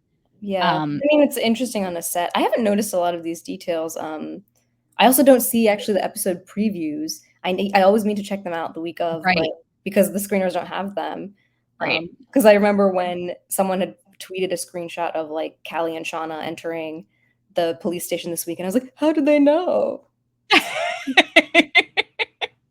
Yeah, I hear ya. I was like, I'm gonna write to Showtime. Oh my gosh. Um, but yeah, it's you know, she's thinking that maybe she's freaked out because Misty came back right after Natalie. Like Misty came there right after Natalie, and she's thinking like maybe she was never sick, and maybe something's drawing them there. Um, which, which is something that I think a lot of people in the fandom have been talking about for a while. Like something is obviously drawing them there. It's not a coincidence that they're all just showing up. I mean, Lottie sent people for for Natalie, and Yeah, then and Misty after Natalie. followed Yeah. Natalie. I mean, it does the way that it happens also does make sense logically. Lottie kidnapped Natalie, Misty followed Natalie, and then Van and Taissa and Shauna all found out and immediately went there. But I think the decision making is maybe what factors in Yeah. here. It's like they don't all have to go there, but they all decided that like, no, I must go be at this place and see what's happening. That when Shauna shoots by them in her minivan, I mean, talk about someone who wanted to be somewhere else. Yeah. Yeah, seriously. But yeah, she echoes what Natalie said a couple of episodes ago, which is we brought the darkness back with us, which is interesting. Yeah, That seems to I'm still not convinced the darkness isn't just trauma, yeah, but I'm open to learning more. or at least a metaphor for trauma, you Yeah. know. But yeah, no, I totally agree. 'Cause trauma fucks up your world. So yeah, I completely agree. Um, the next scene was brilliant. I loved it. Misty is in a drum circle.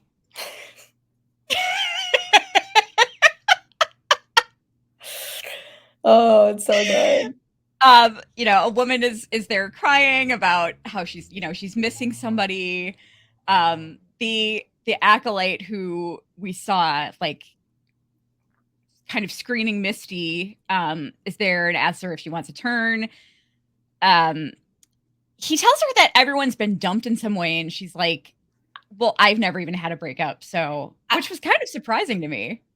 Oh, I very much was not surprised, but I love that how literally she took that. Yeah. On purpose, I Yeah. think, as a bit of a deflection, but yeah. Yeah. I just love the way she delivered it. It was a great scene. But she's like, she tells him she's only there to get Natalie. And everything stops. Everybody stops. They're like, Natalie too? She was like, well, yeah, if you're done crying, I could tell you some stories. I love If You're Done Crying was so good. Because that actually in that moment, I was like, that's something that I would like probably say or think there and be like, yeah, I mean, if you'll just like stop doing whatever this is, we can have a real conversation. Like, it just becomes kind of superficial, right? Everyone's like, oh my God, those like the popular girls. Like, Yeah. and which speaks so directly to what Misty wants. Misty, who was overlooked in high school and who was not the popular girl, even though she was I guess she wasn't really an athlete. She was the manager. I was the manager, so I kind of get it. But Yeah. to just be like, oh, everyone here wants to know me and thinks I'm important in a social circle. It's still, I mean, even when you're years later, it still hits at something. Yeah. Oh, yeah, for sure. She's getting, I mean, she's like, I think she's ready to move in at this point, like with how these people are responding to her. I mean, she's like, yeah, they love her there. And it's interesting because Misty and Natalie have both gotten something that they needed from being there. And which they absolutely didn't expect, and in completely different ways. Yeah. Yeah, very much so. Both of them came in completely skeptical, and by the end of this episode are like having a good time. Yeah. Yeah, it's really interesting. Which But yeah, with she was Natalie so funny. especially is sorry, go ahead. Oh no, I was just gonna say she was so funny in that scene though. Like you're done No, crying. she's excellent. Oh, there's some stuff coming up. I can't wait to hear your thoughts on. But yeah, for Natalie especially because we've only seen her be a skeptic in the past. We know that Misty Mhm. was a Lottie acolyte. We know that Van was a Lottie acolyte, and for them, I'm really interested to see what turned once they left the wilderness, especially with Van at the end of the episode. The way she's looking at Lottie, she has the strongest reaction, I think, and she seems Yeah. fucking terrified. So I'm very interested to know more about that. But Yeah. But for I was gonna say Sophie, which is not even the correct actor name, but for adult Natalie, how quickly that sort of came and how willingly she was able to open up this time to Lottie's teachings and confidence is really, really, I mean, it's part of this kind of heartbreaking journey that she's on, but also nice to see her a little bit more at peace. Yeah, yeah, for sure. And with Natalie, I mean, it's like I think, I think Lisa has just pretty much completely changed how she sees everything.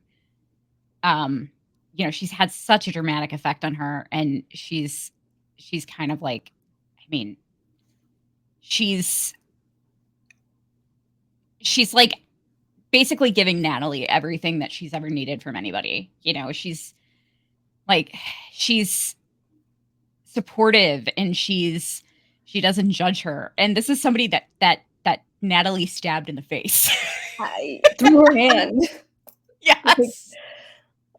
We gloss over that part. She stabbed her in the face through her hand. Yes. Exactly. I swear to God, if anything happens to Lisa, I'm gonna jump off my roof. I will sob. I can't see any harm come to her. Yeah, same. When I thought that fish was gonna die, I was ready. I was up in arms. Oh my God, I know. But yeah, so we we go back to the wilderness, and Lottie finds Misty, and she's like, this was a great Misty moment. She's like she's kind of ranting, and she's a little incoherent, and she's like, yeah, Crystal, and something about Crystal. She's like, we were gonna do a song, Lottie. And I mean, good. The perfect thing to say to Lottie, who loves singing to this baby, I guess. Which is, I watched this scene also kind of thinking that Lottie wants to feel useful in that moment. Yeah. After her attempt to calm down Shauna didn't really work, so that was an interesting little thing that was kind of.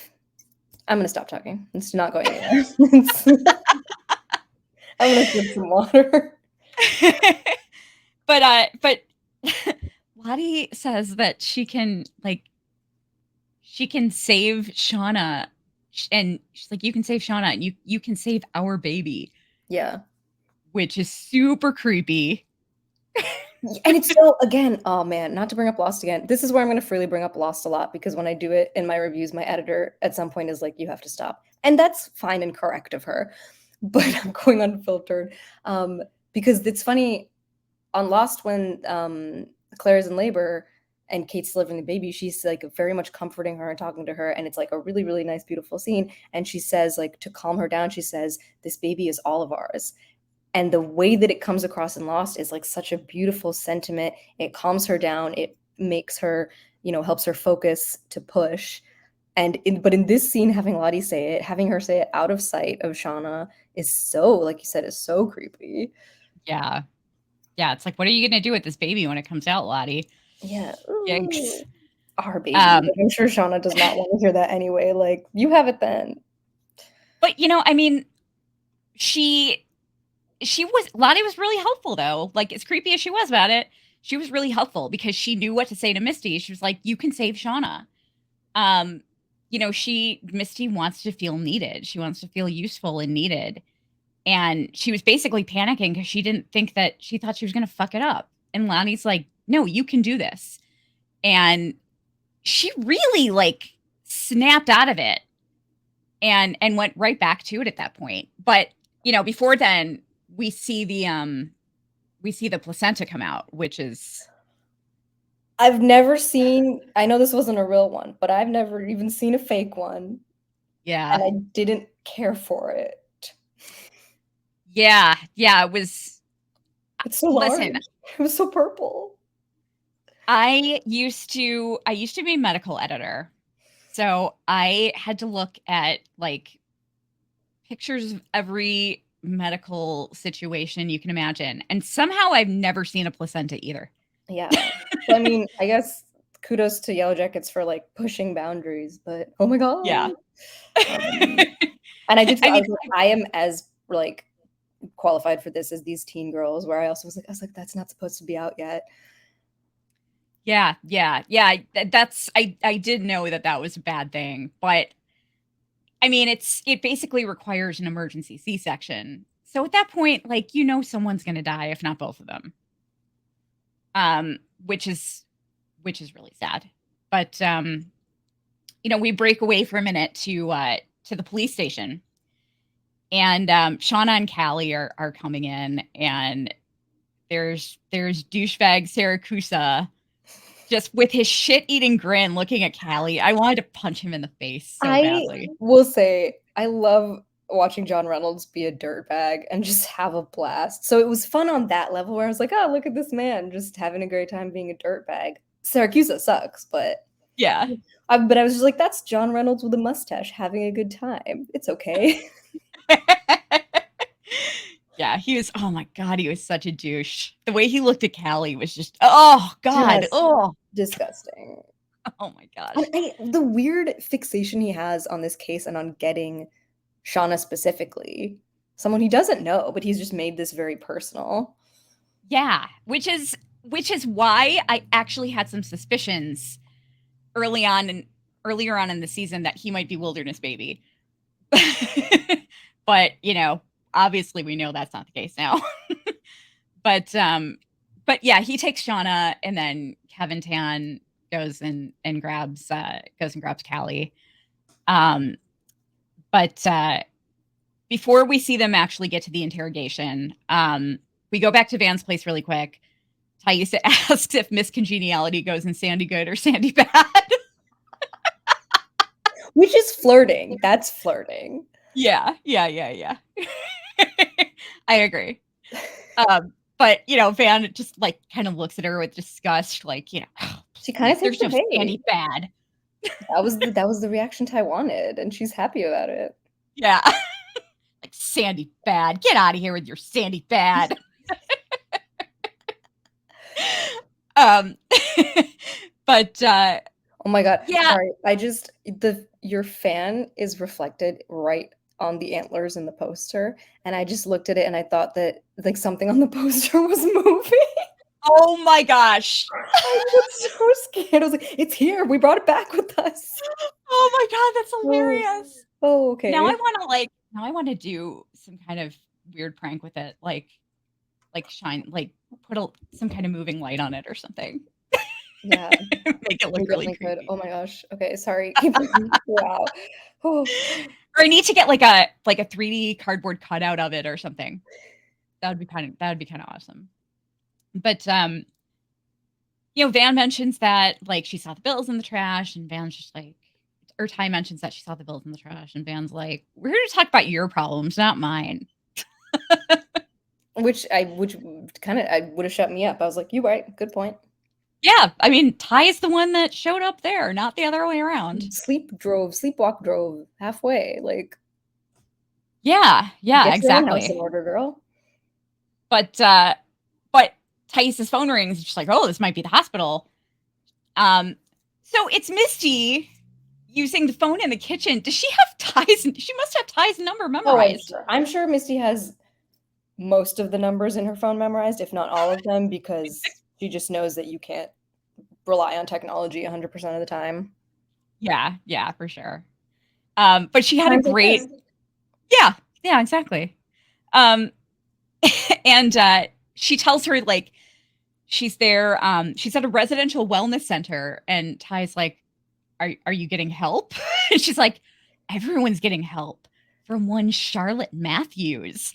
Um, and I loved her line here. She's like, you got to see this place for yourself. She's like, it's a bunch of granola losers, but the food is great. And the BO factor is surprisingly low. granola granola loser was my nickname for the Sunday Live. I just So I went updated with, my name. Sorry. oh, Sorry, I was typing. nice. Nice. Yeah, granola loser was my nickname for the Sunday Night Live, so I went with weird ass balls this time. Both excellent. Yeah. But yeah, she tells her, she fills her in, and Ty hangs up the phone, and she tells Van like, yeah, she's with Lottie.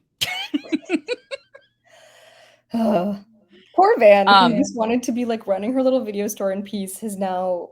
I mean, she says this to Ty at one point where she's like, "You can't drop your fucking anvil in my life," and now she's like, "Here are all the other anvils yep. together." And now let's Yep. go visit one anvil. Oh, man. Poor Yeah, Van. here's our shared anvil that you wanted to forget forever. Yeah. Here it is. Remember the woman who maybe Um, brainwashed you as a teen? First and yeah. foremost. Yeah. Um, and then we catch back up with the wilderness, and they're all kind of like they're all chanting. We hear the wilderness, and it hears us. Um, the whole thing is just so weird. But I loved Sammy Hanratty in this scene though. Like she's just we're just seeing this really supportive, like encouraging side of Misty, which is like she's just very sweet in this scene, you know? And even Um, as they're chanting, I really paid attention to Natalie and Taissa, and even Shauna, who are the three kind of the prime skeptics in the yeah. room. But in this moment, everyone is just like, they're just like weeping and holding hands, and all they want is for Shauna to be okay. And even if they aren't chanting along, you could like, you see that everyone has this shared goal and purpose, even if they have vastly different ways of showing it. And I think they kind of need to center themselves that way to realize that, like, no, we're quite literally all on the same team. Yeah. It's very dire circumstances, but it still does give them a little bit of that gut check. Very true. And I think this is where Taissa puts the that bone necklace in Shauna's hand. Oh yeah. Right.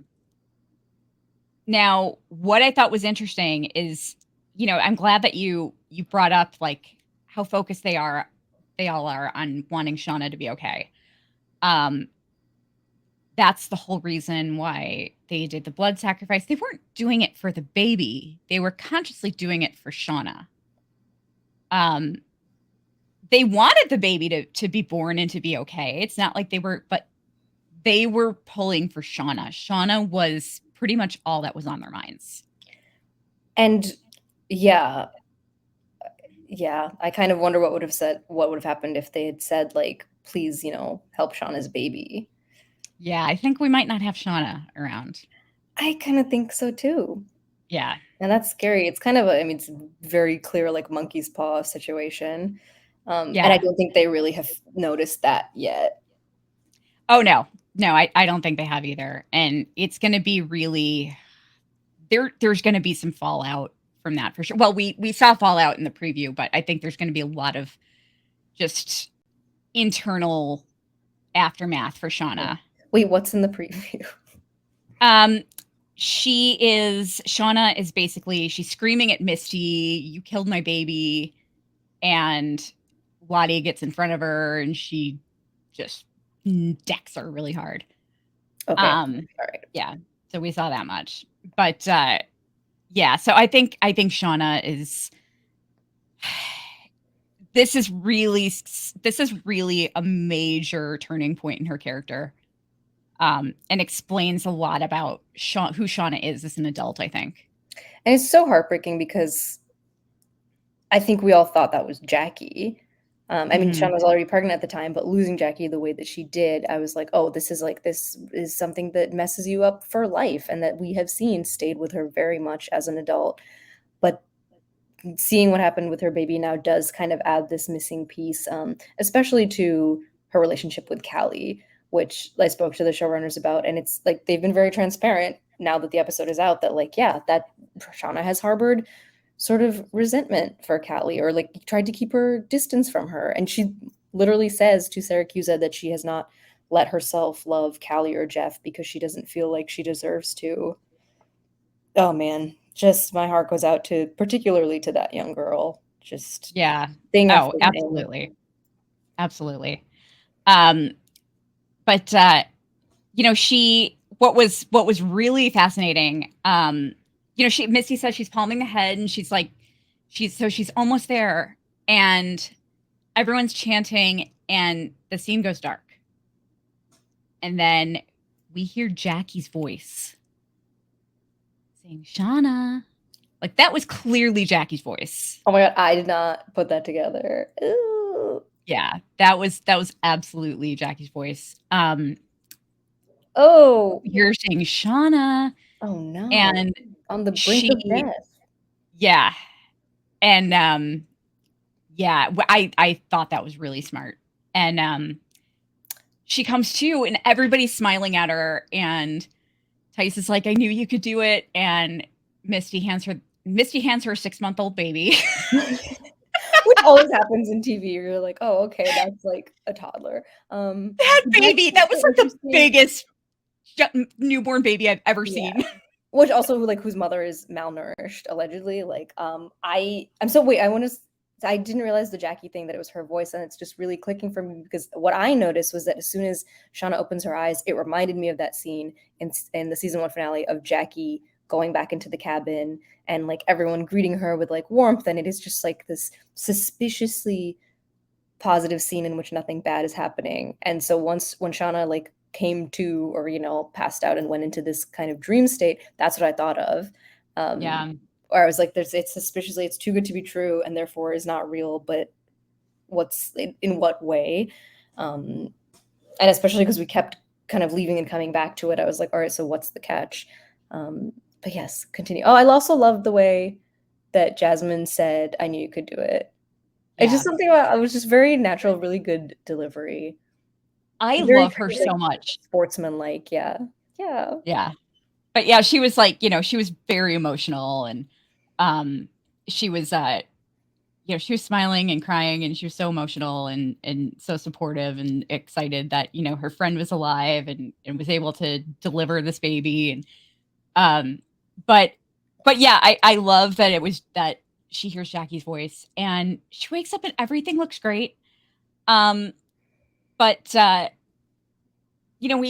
we of course have to take another break, unfortunately, um, before we get to that. Before we get to more of that, we see Ty and Van on the road. And I love that Taissa calls her on the whole living in the '90s stuff, and like your entire wardrobe is half your wardrobe is Slater Kinney tour T-shirts. It's a direct attack, like, really. So she mentions that she asks her if she says she hopes that she hasn't given up on love, and Van tells her she gets her needs met. And she basically she basically lets her know, yeah, I have given up on love, but it's not about you. So what's your take on all this? I Just speaking as somebody, just pretend you haven't seen anything. Yeah, no, I'm mostly doing that, which is not hard because until, like, a week ago, I had only seen the 6 episodes, so I've sat with these specific thoughts for a very long time.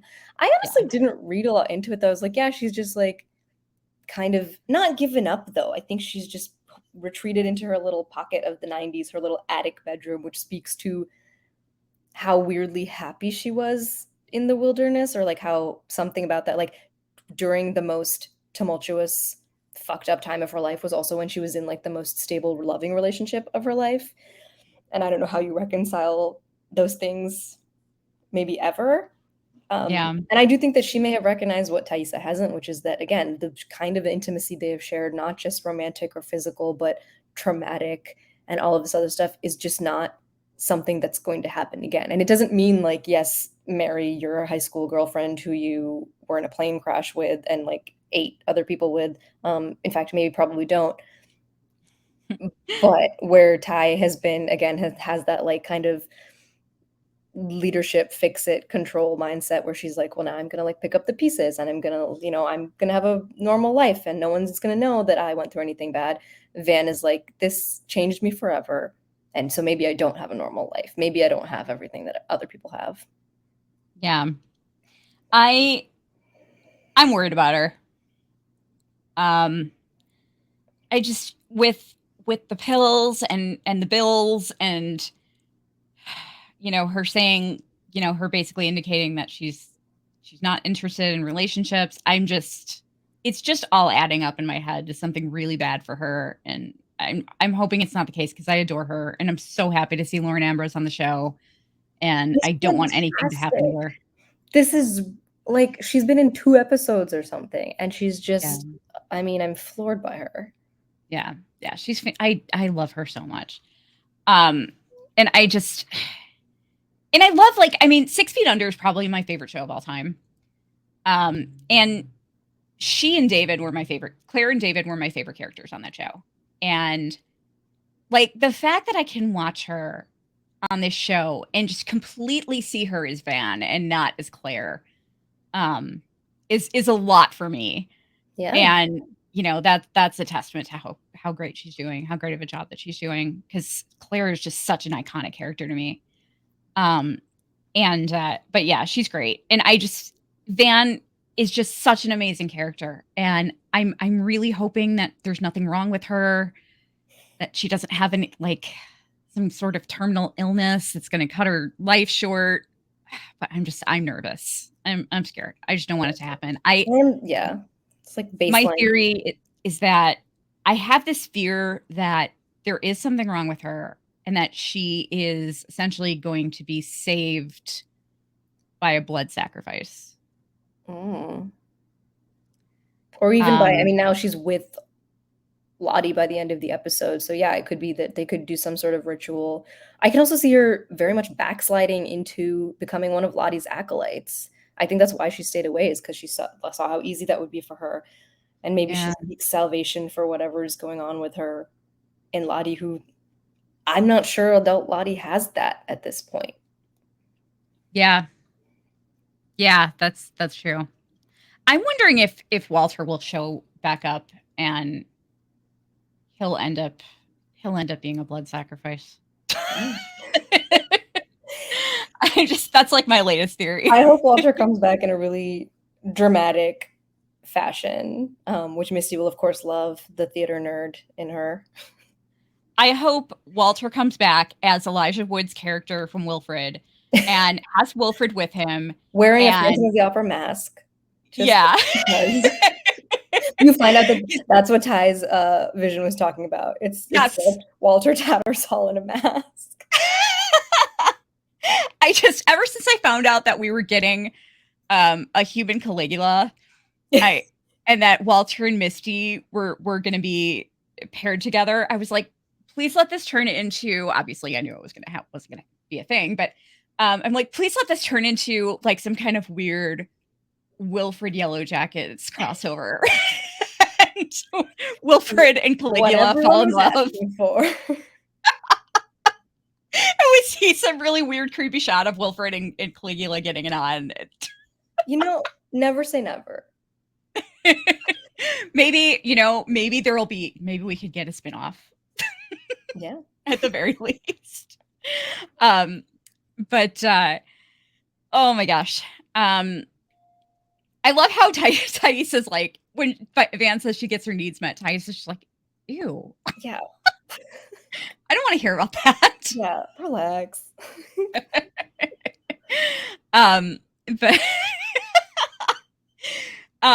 So we catch back up with Lisa and Natalie, and she brings in the 14th Gilly. And she's just, God, Lisa's just so amazing. And I say that as someone who, or I agree with that as someone who has mostly not really cared for those storylines. Like, I can see what they're building with her and with Natalie, but I have found most of the present day timeline, particularly in the last couple of episodes, to be pretty slow and like treading water. But the fact that somehow through that Lisa still completely won me over is phenomenal. Yeah. Like, that's just great work from that actor. I know. She's fantastic. And, you know, a few episodes back when they were at Lisa's house, there was a scene where Natalie was looking at photos on the wall of Lisa and her mom. And Lisa looked completely miserable in all of the photos. And the camera focused heavily on Natalie's reflection in the photos. You know, kind of as a way of saying, like, Natalie sees herself in Lisa. And that made me appreciate even more the fact that she brings this fish in, and she says that she wants her to take care of something innocent. And because that's what Natalie didn't have before. Like, no one took care of her when she was this innocent child. I mean, she had terrible parents, and So it's like, it's kind of like Lisa realizes that they totally see each other. You know what I mean? Yeah. It's just, it's such a great relationship. Like, I absolutely love these two together. I want to, like, I get emotional whenever I see them in a scene together. I get really emotional about the 14th Gilly, so. Let's hope he stays the 14th Gilly and Truly. not the 15th. And, you know, there's not a 15th. But she, you know, Lisa has a great line. She's like, suffering isn't. Natalie asked her why she forgave her for stabbing her in the face, and she's like, suffering is. I know. And yeah, Lisa says suffering is inevitable, and we can only truly begin to grow by meeting it with compassion. And it was just such a.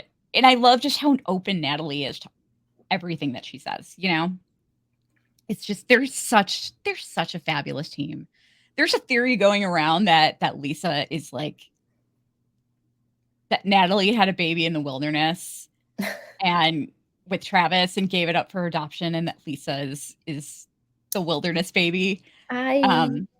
That's very sweet. I don't think we're gonna have any more wilderness babies.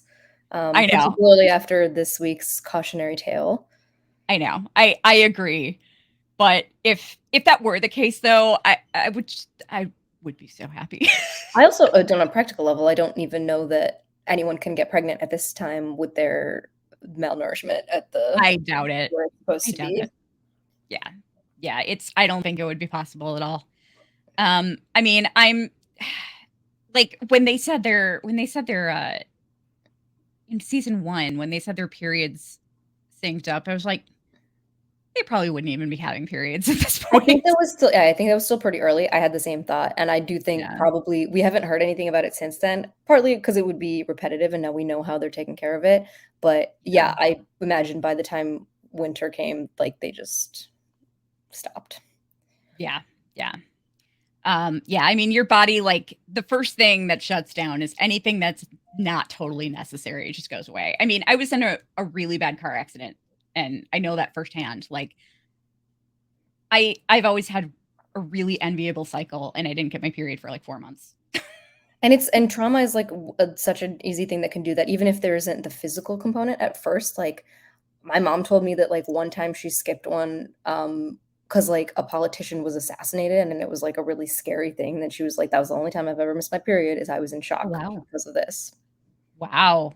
And then I think if your weight fluctuates below a certain point, that will definitely do it. So for many reasons, I imagine there's probably some conversations we're not getting between the girls of like the 1 or 2 people who are still menstruating who are just like, because it's probably very inconvenient also. Yeah. Right now in the winter doing it, no. Yeah, I agree. But we we see Shauna again, like holding her baby in the wilderness, and the baby won't feed. And it's very, and that's, I was thinking about something similar to that during the scene, because I'm like, yeah, she probably can't produce milk right now. Like, I mean, because that's not, her body's not necessarily seeing that as necessary for survival. Yeah. But then we flash to love this so much. Jeff sitting outside the police station. Oh my god. Listening to fuck the police. Here's the thing. I was like, at first I was like, is this too on the nose? Then I was like, fuck it. I don't care if it's too on the nose. It's so delightful. Yes. Yeah, and what's really what made it even better for me is the fact that he was listening to it on Shauna's phone. Yeah, that's evidence, man. What are you doing? They're gonna go on Spotify. Because he doesn't have NWA on Shauna's phone. He's not cool enough to have NWA on his phone. So, you're so right. So he has to get it off of Shauna's. But this was so great. Taissa calls him and he tells her she's in the bathroom. And Taissa's like, she'll call back. He's like, oh, well, sometimes it takes a while. Yeah, and he says, Shauna, like, he's so this is one of the things I'm talking about. This was just perfect. This was just the perfect joke at the perfect time. We're so stressed about everything else. And then of all the things, like, it's literally just a poop joke. It Yeah. absolutely destroyed me. The way in which it's done, the way that Warren Cole delivers it. And I also love that on some level in the scene, he is just like a guy who picked up a phone call from a high school friend who he barely talks to. And then he's like talking to her about his wife's bowel movements. And at the end, right before they hang up, he's just like, "Oh, hey, Van." And like, it sounds like he's about to be like, "How are things with you?" And like, just go into that very like normal conversation that like they would have had at the reunion or something if she had been there. And you know, that they would have if everyone hadn't been through all the shit that they've been through. And he's so unmoored by this investigation, by this murder, by this affair. And he's in his car, you know, jamming out outside the police station. He's just like clinging to anything. It's so good. He's so great in this scene. I know. I loved everything about this, and I loved that Van just or Taissa hung up the phone like before. It's like, "Hey, Yeah, Van," and then Taissa yeah, just and then hangs also up. they're just like, "Hey, Jeff." Like, Yeah. I love when they're just when you get those glimpses of just like these people went to high school together. We got a lot of it with Kevin too, where I'm like, this is just an interesting dynamic. I've said interesting like 80 times, and I'm going to stop. Oh, that's okay. Nothing is interesting anymore. I have a problem with that word as well. I said fascinating a couple times. Okay, I'm gonna look up thesaurus.com while you pull up. Yeah, bring up the thesaurus and we I'm can a use writer some for a like living. You know, I'm off You're the off cuff. duty right now, though. Yeah, You're off duty. interesting. But we see Natalie, grabbing lunch or breakfast or whatever. She sees Misty sitting with her adoring fans, and they start talking. And Natalie asks her what happened to the guy that Misty was with, and she says he took off. And she looks at her like, "We're all like this, aren't we?" Oh, I loved this moment, loved this line. And Yeah, she doesn't have to do much more, say much more. Even the line is kind of superfluous because Juliette Lewis is bringing it all in her face, but that heartbreaking realization of like, oh, we are deeply fucked, like beyond what we ourselves knew. yeah, yeah. We can't have normal relationships like other people. We are not okay. Yeah, yeah. And you look at the two people that have families, Shauna and Taissa, and they're not really genuine. I mean, I think that there is genuine love there, but Shauna basically married Jeff out of guilt. And she can't let herself become attached to Callie. I also think Callie reminds her a lot of Jackie, which doesn't help. And then there's Taissa, who basically, like, I think she does love her wife and her son, but they're basically part of her political life. Yeah, I they're mean, very much part of her like image. And I do think they're part yeah, of the way that she has convinced herself that she can fix her internal struggles with external validation and completion and just like, you know, having a nice home and life and job and all of that. And it's just, you can't do that. yeah. I mean, even in one of the episodes, the episode where they were at the fundraiser, someone makes a comment about them being a real power couple, and one of them said, "Why do you think we're together?" And it was just kind of like, I mean, I think it was meant to be kind of a kind of tongue in cheek moment, but I mean, I think that's really kind of, I think there's a lot of truth to that. Yeah. And yeah, so we see we see the interior of the police station, and Siracusa is, just being a dick to Shauna. And it's like, your kid doesn't like you too much, does she? Which, and I gotta say, for someone who's playing bad cop, he goes right for it. And he's Yeah. not wrong. She Yeah. really doesn't really like Shauna, and Shauna did do a number on her. Yeah, pretty much. And I think that's why she has like this genuine breakdown. Like, he really got to her. Yeah. And at first, because we don't really get these vulnerable moments from adult Shauna. And at first I thought she was like doing some kind of manipulative thing. Same. And then I'm like, everything that she's saying adds up. I'm like, oh no, this is real. And I don't think she can do that necessarily. So this is another Kayla special. If you haven't had Kayla on as a guest, I will give you her contact info. Awesome. Where she, like, early on in season 1 was like, Shauna's a bad liar. And that has been like the North Star for this character. And we see this is now, the second or third time this season that she's just kind of had like ended up bearing it all to a stranger, because she just doesn't get to live that honestly at home, or doesn't let herself live that honestly. But the only reason like this works so well is because she's telling the truth.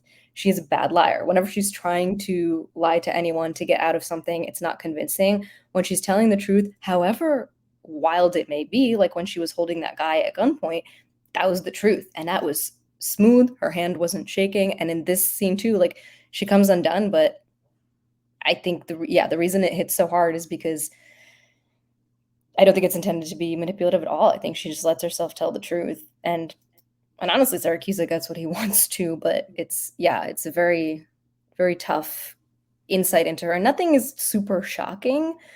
Yeah. But it's still heartbreaking to hear. And to have, the contrast then with what's happening in the wilderness is just, it's tough. I know. And what makes it even more heartbreaking is that I hate that she gave him that satisfaction, Yeah. God, it's just, ugh. I don't think she cared, but yeah, it's just because he is such a D-bag. Yeah. I know. But she doesn't get caught for the murder, I will say. And right. That was one part, and she rightly talks around it, where she's like, if you're accusing me of XYZ, I don't think she means to be that honest. She means to just kind of deflect, and that leads her into having this whole revelation and admitting to the affair. But she was very smart about it. It kind of works out for her too. I think maybe she's starting to pick up also on the fact that she's a bad liar, and she's like, okay, maybe we play to her strengths. Yeah, let's just avoid that thing altogether. We'll just focus on the affair. But I know we're like running super long right now, but I want to, every Sunday night we do a Mad Lib. Ooh. During the live after show. And so I just wanted to read this Sunday's Mad Lib for anybody who wasn't there. Oh no. So I took Shauna's monologue because there was a lot. It was a lengthier piece. So you're accusing me of what? Being a delightful gas meter reader? For starters, let's say that I am. Well, aren't you a capricious himbo? I never even wanted to be a chef. In fact, I did not start out a superfluous person. But in case you haven't noticed, life doesn't turn out the way you think it will. You have a cousin that you don't want to save a crossword puzzle that you got into out of resentment and ego. And you can't really let yourself panic over either of them. But of course you do. You murder them despite yourself. You're just incredibly bad at it. Of course, we're talking about a goddamn trigonometry teacher. It's just, it's basically what you said. I'm a murderous novelist. I got into a library bender and I had a paddy wagon with him that made me feel silly again for 5 fucking minutes. And now not only is the murderous part over, but I'm left grocery shopping and having to defend myself to some flabbergasted little hobknocker who my babysitter hit on because she was panicky at me for having fisticuffs with her poor goat herder. So if that's what you're playing gotcha over, I'll arrest me already, but leave my farmer out of it. I mean, wow. Yeah, they came up with some good ones. I was very proud of the chat on Sunday. They came up with some good words. That's really great. So really great job, Sunday chatters. But so we so we get that monologue from Shauna, and it was a really interesting moment. There's that word again. Would you say it was an absorbing moment? Yes, it was an absorbing moment. There you go. It was a captivating moment. Yes. I too thought it was an engrossing moment. Yes. Because it's also different from like her last big monologue. And so again, we are getting these little pieces of kind of different shades of that real Shauna that is still very much alive in the present, but they're not all the same. And Right. the different things that the different triggers that manifest or that bring that out in her are riveting. And yeah, and in this case, it kind of the fact that it sort of does serve her needs without getting her in trouble. Yeah, definitely. What gets really great is that we see Callie and Kevin, and Callie starts sobbing, and we're thinking, okay, she's a little scared. Yeah. And she's like, I was a virgin. I mean, oh my God. This is Shauna Sedakis' daughter, friends. Yes. Genius. Genius, so dangerous, probably kind of stupid. I mean, but it's in her genes. Yep. But and here's the thing: I wrote this in my notes when I first watched it. I was like, who is a good liar? Callie, because this is a straight up lie. So again, like there is that sort of like, oh my God, where is this coming from? Which ties her to Shauna, and you're like, oh wow, but the apple does not fall far from the tree. But the fact that Callie is just able to turn it on, start crying, and just tell a bold-faced lie to a cop. And then to think about saying like, charge her and they'll see who a jury believes, especially when they ask her to describe his weird ass balls. Oh my God. It was so brilliant. Like for her to even think about that and to get a dig in at the same time. Yeah. Because I mean, clearly they haven't slept together, but she felt confident going there because he was so inappropriate. Yeah. And he's already done a bunch of I did wonder when she said that. I was like, oh, so I don't know if like he sent her photos or anything like that. But then I also was like, no, I think she might have just kind of been throwing it out there. And she's like, you know what? This man has weird ass balls. Yeah. Yeah. I think she knows she has shit on him. And I mean, he was buying her drinks. There's the whole entrapment issue. So yeah, why not just go for the whole thing? Yeah. Yeah. And Shauna gets back in the minivan and she's like, I told the cops about the affair. Like, Jeff's spit take was so great. Yes, that's so good. I loved it. I love that man so much. He sees the gun in the glove compartment. Poor Jeff. Yeah. It's like, what the fuck is happening? And he suggests that she get out of town and go to Lottie's compound. And I think most of this was probably just for him. Yes. I don't think it is a good idea to skip town when you are maybe a suspect in like a not a murder yet, but like a disappearance. A police investigation of any sort. But I think Jeff is just like, I must have a break. Yes. I need a moment's peace. I gotta get away from this craziness. Oh my God. Poor guy. And then Callie gets in and she's like, she's so proud of herself. And she's like, they're scared shitless. And then they don't seem as happy. And she's like, fuck, are we going to jail? I really am digging Callie this season a lot. I found her very annoying in season 1 and for a lot of the beginning of season 2, but as she's I like kind of watching this family have their moments together, even though they are in a deeply, deeply twisted situation. It's been nice to watch them be honest with each other and to kind of unite. I am an only child, so I feel like anytime I also see like a family with one kid who's a daughter on TV, I tend to sort of just my heart goes out to them a little. And even if there aren't parallels, I'm just like, oh, there's so many things about this dynamic that I already know because I lived it. So yeah, I have loved watching her just like be nicer to her parents and like try to help them. Yeah, I agree. We then see we see Natalie back at the compound with the 14th Gilly. And did you really think she was gonna go through with I killing him. Well, here's the thing. I think I just blacked out the first time I saw it because when I rewatched it last week for my review, I couldn't remember, and I was like, "Oh no." I don't think I thought that. I think Yeah. I would have remembered if they did, but I didn't like it. I know, I didn't either, and not just because I didn't want the fish to die, but because I was like, "No, Natalie, this isn't you. This is not you. This is not something you would do. Please don't do this." And of course, because she's not that person, she puts him back and feeds him. So Because that's who she she is. already definitely gave him water shock when she stole the fish from the house, so yeah, you Yeah. treat him well. Yeah, exactly. But then she grabs the purple clothing, Yeah. which was just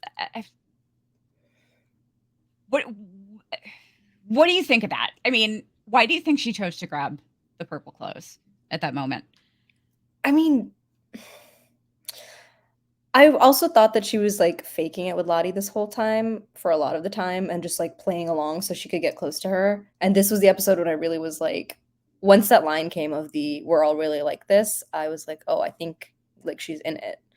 And she is starting to I don't even know that it's, like, believing or if it's going back to the wilderness or if it's about Lottie. I think Nat just likes herself better here and Yeah. sees that potential, and like you mentioned, the connection with Lisa has brought out a lot of that, so she's able to do what she probably couldn't have done even a few episodes ago, which is like, "Okay, if I have to make a few compromises and stay here, I will." Yeah. Yeah, I think it's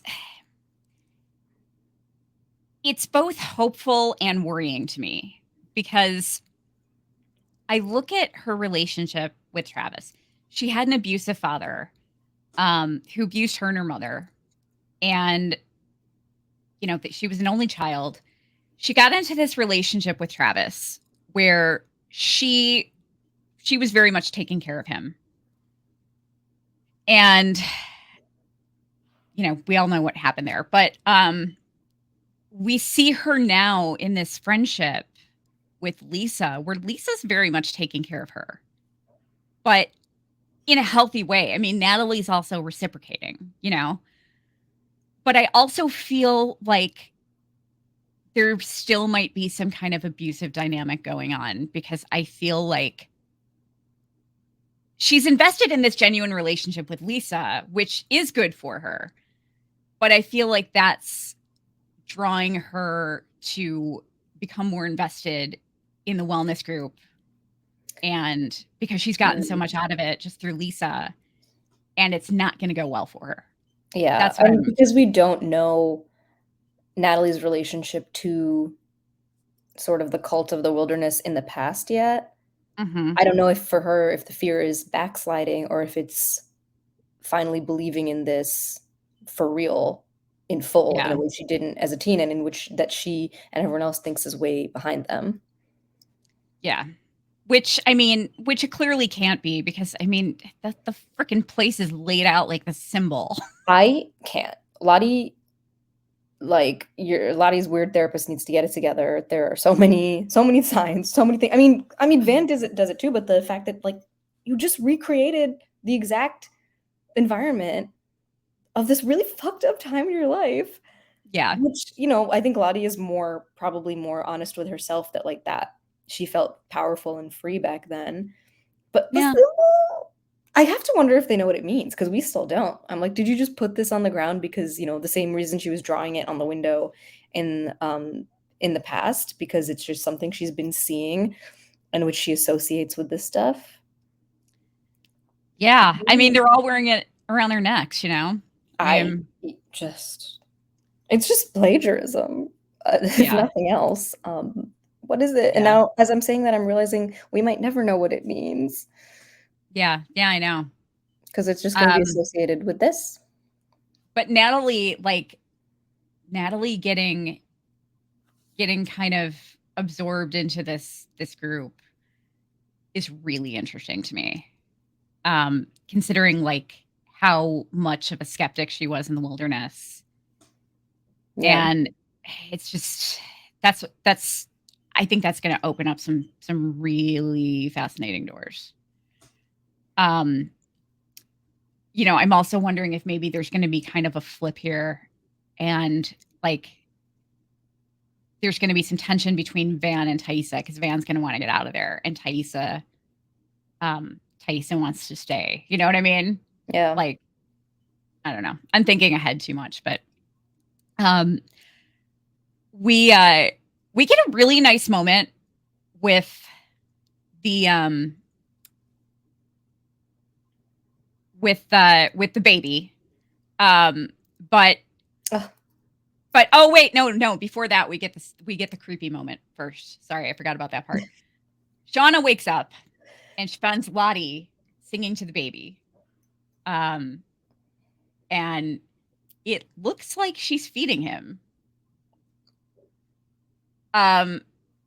This is the moment when I said, okay, this isn't happening. This isn't really this isn't real.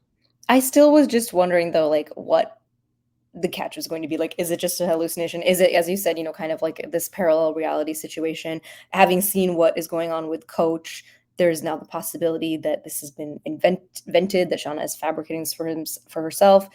And we know she's not dead, but like you said, she heard Jackie's voice. So was she kind of between stages for the moment? So yeah, at this point, I really was like, okay, so what is it? When is it going to end? And like, and now what is the bad thing that it's hiding? Yeah, exactly. Lottie tells her that he needs to feed and you'll understand soon enough, which I don't know what she meant by that. But what I will say about this moment is we didn't get to see it, but if the baby had survived, this seems like something Lottie would do. Mm-hmm. Yeah, for sure. So my take on the "you'll understand soon enough" thing is the struggle between who's going to survive. Yeah. Between Shauna and the baby. Lottie's feeding the baby. Shauna doesn't want her feeding the baby because she's struggling to stay alive. Well, it's also the larger struggle they're all dealing with, right? What are her exact words? She said he needs to feed. Yeah. Yeah, which is what they're all going through. They all need to feed, and this is kind of the problem that's been creeping up on them. Yeah. And I imagine you'll understand soon enough is just like the situation is not improving. Yeah, definitely. Not too long after that, we get a really sweet scene with Shauna and the baby. And this really pulled my heartstrings. And they were so cruel for this. Yeah. Because, Shauna's like, I can't wait to see who you become. And I'm so sorry I never wanted you. I love you so much. And she gets him to feed. Finally. And she's like, it's you and me, kid. And it was just such a sweet moment. And I loved Sophie Nelisse here. She is incredible. This performance Really floored me. And she's always been amazing. But season 1 finale, when she starts crying, when she finds Jackie. Oh my God. Crying is such a reductive way to describe it. But that reaction, that performance was agonizing. I cry every time I watch it. And she does tap into something with that, which is very, very raw, which like if you've, lost someone or experienced a shock like that, that is how you cry. Like it's just like she does that thing with like the sobs just ripping her body. And in this scene, like the way she's just crying freely, weeping, but very, delivering this monologue, kind of speaking softly. There's so many difficult, just physical sort of acting factors in the scene. It's very tight on her face. She's not moving a lot, so there's nothing to distract. And she just knocks it out of the park. She is truly, it's breathtaking. Yeah, she really does. I can't imagine anybody else playing this role. She's just unbelievable. We then see Van and Taissa outside Lottie's compound. Van tells her to call her for a distraction if she sees any barrels of Kool-Aid powder. Okay, so she makes 2 references to like suicide cults within maybe 5 minutes. And I checked both of them and was like, oh, this is bad. Oh, this is bad. Even the Kool-Aid powder, I was like, okay, like this is very much a Van type of like gallows humor. But then and then she did the black and white Nikes after, and I was like, stop. Yeah. So clearly Van like stopped being a believer at some point in the And to wilderness. the extreme where she's like, the fact that Lottie even has this kind of retreat set up, wellness center, whatever euphemism they're using, and Van is immediately like, no, this is a dangerous cult. Yeah. Yeah. I can't wait to see more unravel about that. They they see the minivan go flying by. Like they're on the run from the cops, which I mean they Yeah. kind of are, but like Shauna just fast and furious over here. Yeah, really. And everybody just the hugs kind of threw me off a little bit. Like Natalie and Shauna running to hug each other. That 10 one times made sense to Misty. me because of where we've seen them leave off. Yeah. Yeah. Yeah, I guess so. Yeah, you're right, because they were a lot friendlier, Yeah. than I mean, we saw Natalie, yeah, I mean, the four who were in the first season, even though they have a little bit of a weird relationship with Misty, I think they would just be happy that she's okay. So any of them hugging wouldn't really have weirded me out. Or Van, just because I think they have, even though she's off the grid, I feel like everyone's wishing her well. And then we don't see what happens immediately when Lottie reaches them. I imagine there are probably no hugs happening at that point. Yeah. I loved Misty's reaction to seeing Ty and Van. She's like, "Oh my god, are you guys back together?" So high school. So high school. Oh my god. Um, and they all see Lottie, and she turns around, and like you can just feel what she's thinking. She's like, "Holy shit, they're all here right now." Yeah. This is exactly what I just talked about to my shrink. They're all right in front of me. And that's something that we have to believe hasn't happened in 20 or so years. Yeah. Yeah. And it's just this chain of events that has been set in motion basically since Travis came to her. Yeah. Now I noticed I looked at all of them during this moment, and I noticed that Misty and Natalie were both smiling. And the others just looked very like kind of sketched out. Yeah. And then the close up on Lauren Ambrose is just like it is I think it's fear. It looks like just shock and fear. Yeah. And they chose her. Like that is the close up that is the closest to when you see Lottie turn around. Yeah. And And somebody tries to or Ty tries to get her attention, and she just doesn't even respond. Yeah, and I'm like it gave me chills just like what happened between them. God, I can't wait to find out. I love Wednesday. Wednesday's my favorite day of the week because I get Vanderpump Rules in the evening. And then Thursday night I get Yellowjackets. So it's like I have to get through Monday and Tuesday. And then it's okay. And I think Monday, Tuesday is when a lot of the theorizing is kind of at its peak because the Sunday viewers are fresh. Yeah. Yeah. For sure. It's been a while. This is a wild like TV season for me because like it's so much like good TV, prestige TV is back, but like a lot of the vibes are bad. So I was like, I love Yellowjackets, but like I watched. This is not so much a spoiler, but I watched episode 7 and I was like, I need to take a break. I need to stop. And I was like, and then the other thing I had left to watch was Barry, but the vibes on Barry are fucking terrible right now too. They're all great shows and that they're doing a wonderful job, but they just make me feel ill. So like, what can I watch? I need some sort of balm for this. Oh, I tried to watch I tried to watch the oh god, what's the show on Apple TV with Will Ferrell? The Shrink Next Door. Yes, The Shrink Next Door. It seems like a really interesting show, and I actually had to turn it off because Will Ferrell did way too good a job with his panic attack. He's very, very good in it. I was like, I can't watch this. It made me uncomfortable. Yeah. I mean, I will say it's so good. No, it looks like a good show though. It's a good show. There's a podcast that goes with that, which I listened to kind of as I was watching it. So that'll sort of brief you for what's going to happen if it helps at all. Yeah. but not Yeah, for I've been moments wanting to like check out that. the podcast. I do plan to revisit it. Yeah. I will say, I mean, they know what they're doing with Yellowjackets being a weekly episode premiere. Like the things with the screeners, it's like if you get a bunch at once, you want to binge them, but they're not designed to be binged. They're designed to be watched weekly. So I did Yes. take like 5 days between 7 and 8 and then went back into it. But ooh, everyone enjoy your rest days is all I gotta say. Oh man. Oh no, you're scaring me. I Um yes, you should be scared.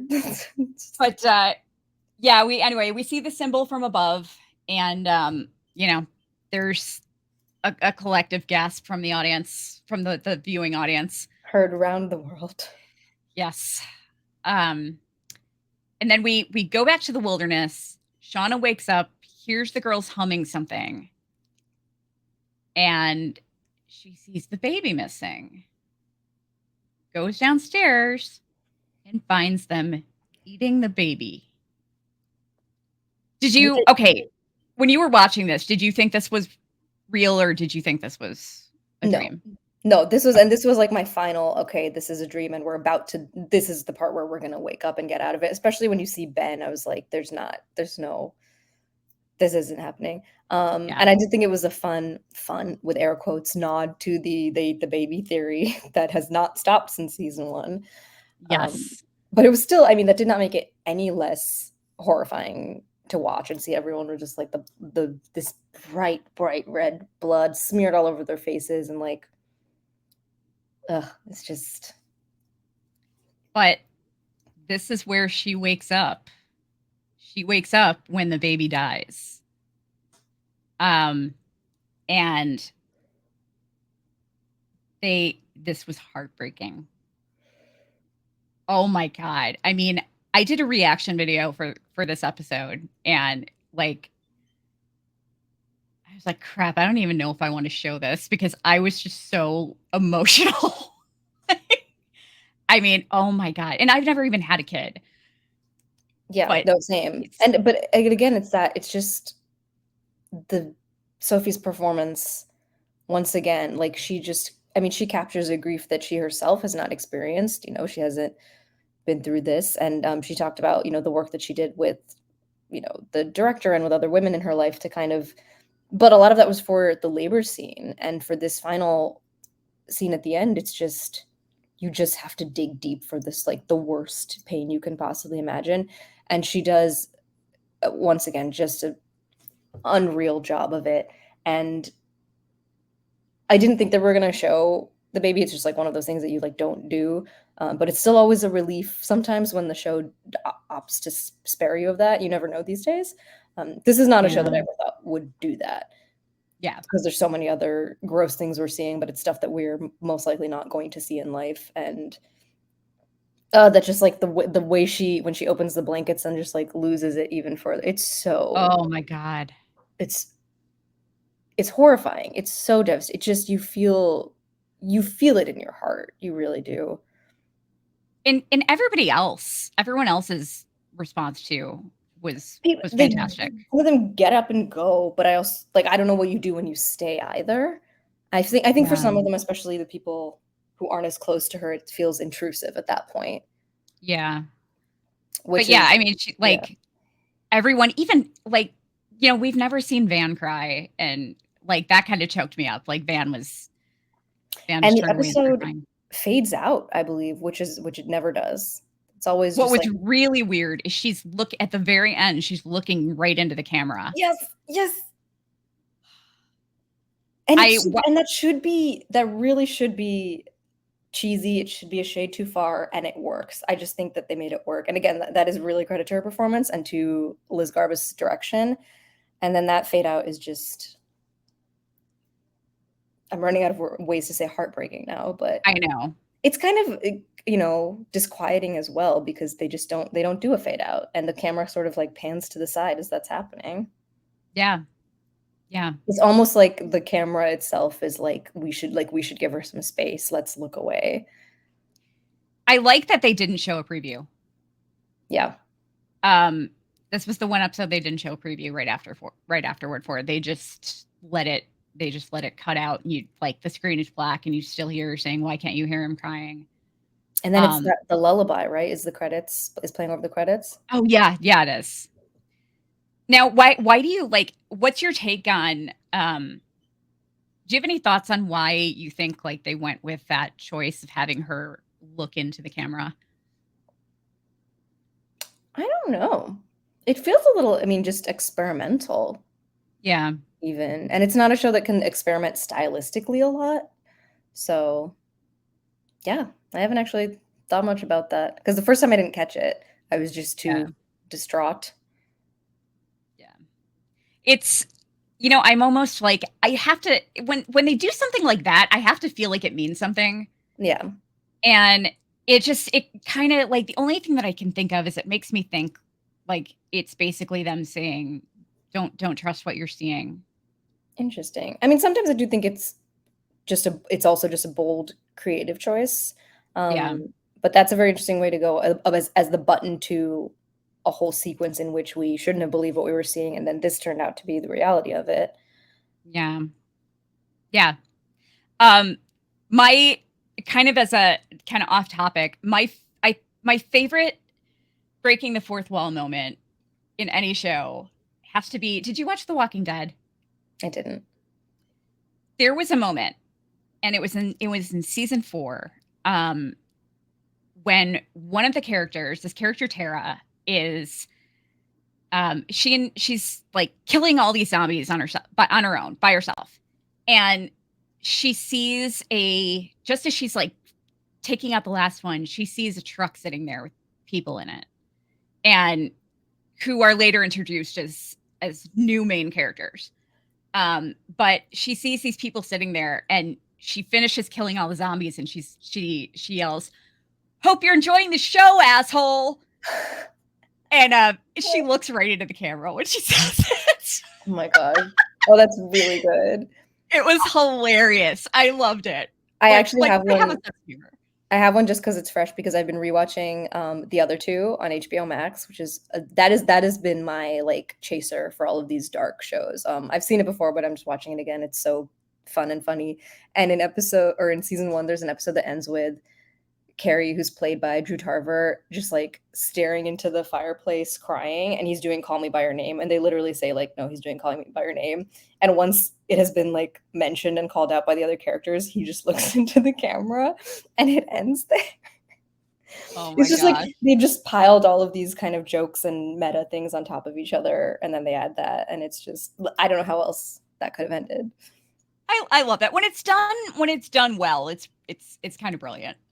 Yeah, but it's so interesting because it is normally used as like kind of to be a little tongue in cheek or a little Yeah. sassy or humorous or over the top, and it's none of those things in this case. Yeah. Yeah, exactly.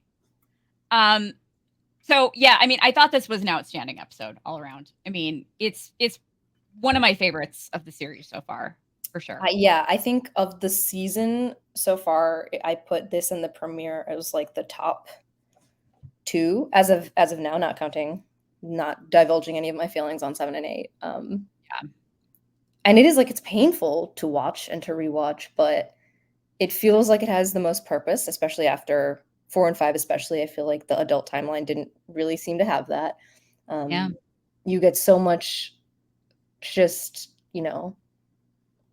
terrific acting and a lot of character work for Shauna. Yeah. For everyone, but Yeah. definitely for her. Yeah, it was just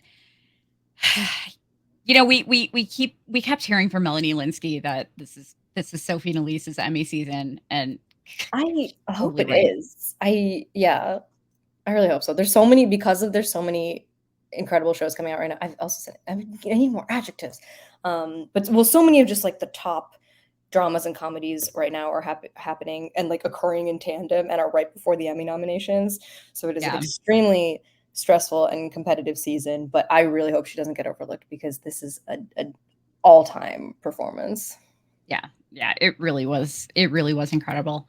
The next episode is called Burial, which, kind of seems pretty self-explanatory. I'm assuming that it's referring to burying the baby. But I mean, it could refer to something else. Who knows? I did have But that thought when I started watching it. This is not a spoiler because when I started watching, I suddenly was like, "What if it's someone else?" I was like, "Oh yeah. no, not Um, to be stressed." I love the synopsis for this one. They've been doing really interesting synopses for this season. Um, for episode 7, it is sometimes the best therapy is cranking the hits to 11. So today we're exploring the hardcore kid care revival moment. 11 o'clock theatrical birdcore numbers. Okay, I'm really excited about that. Some late hits of the renovation wave era. Call us about a spinoff. Flower duets, and a classic live record. Out in the wilderness, Coach Scott does a great Carl Havoc impression for an unimpressed Misty.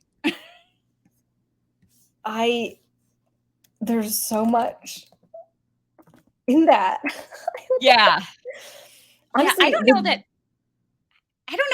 everyone's going to get the Carl Havoc. I'm literally Googling right now. Oh, that's wow. Yeah. I mean, that's kind of niche, you know? That's so niche. Yeah. Oh, I Yeah. forgot. I mean, I've never seen that show. I mean, the Carl But Havoc is maybe like a 3-minute video. Yeah, three and a okay. half. Um, Gotcha. ooh, That is really obscure. That's these, super yeah, obscure. that's so obscure, and that's actually such a great shout out for that show. Um, these episode descriptions are reminding me more and more of Atlanta, which Yeah. gives you nothing about the episode. At least there's like little bits here about characters and stuff, but Atlanta just didn't care. Yeah. Well, yeah, that's the episode. What now I want you to just like pretend that you haven't seen any past any further than episode 6. No problem. I do this all the time. Um what are your what's your biggest cliffhanger at this point? Like what what did this episode give you that you need closure on the most? I mean, they distracted from it long enough, but end of episode 6, I was like, after you know, gathered myself from that ending, I was just like, where the fuck is Crystal? She is out there, she is frozen, and this happened, and there's also this like blizzard outside, so they can't necessarily go get her yet. But that was my next thought, because once Crystal fell and Misty went to find her, what I initially thought was going to happen at the end of episode 5 was that Misty was going to pretend Crystal fell, like go back and straight up be like, Crystal fell, you guys, I'm so sorry, like she fell off this cliff, but then that they were going to eat her. Yeah. So I was already thrown when she went back and was like, I lost Crystal, and just went a different way about it. So I'm curious where that's going to go, or I was curious about where that was going to go, moving forward, and about that body, that free food. She's feeling the guilt for it, and I'm wondering if,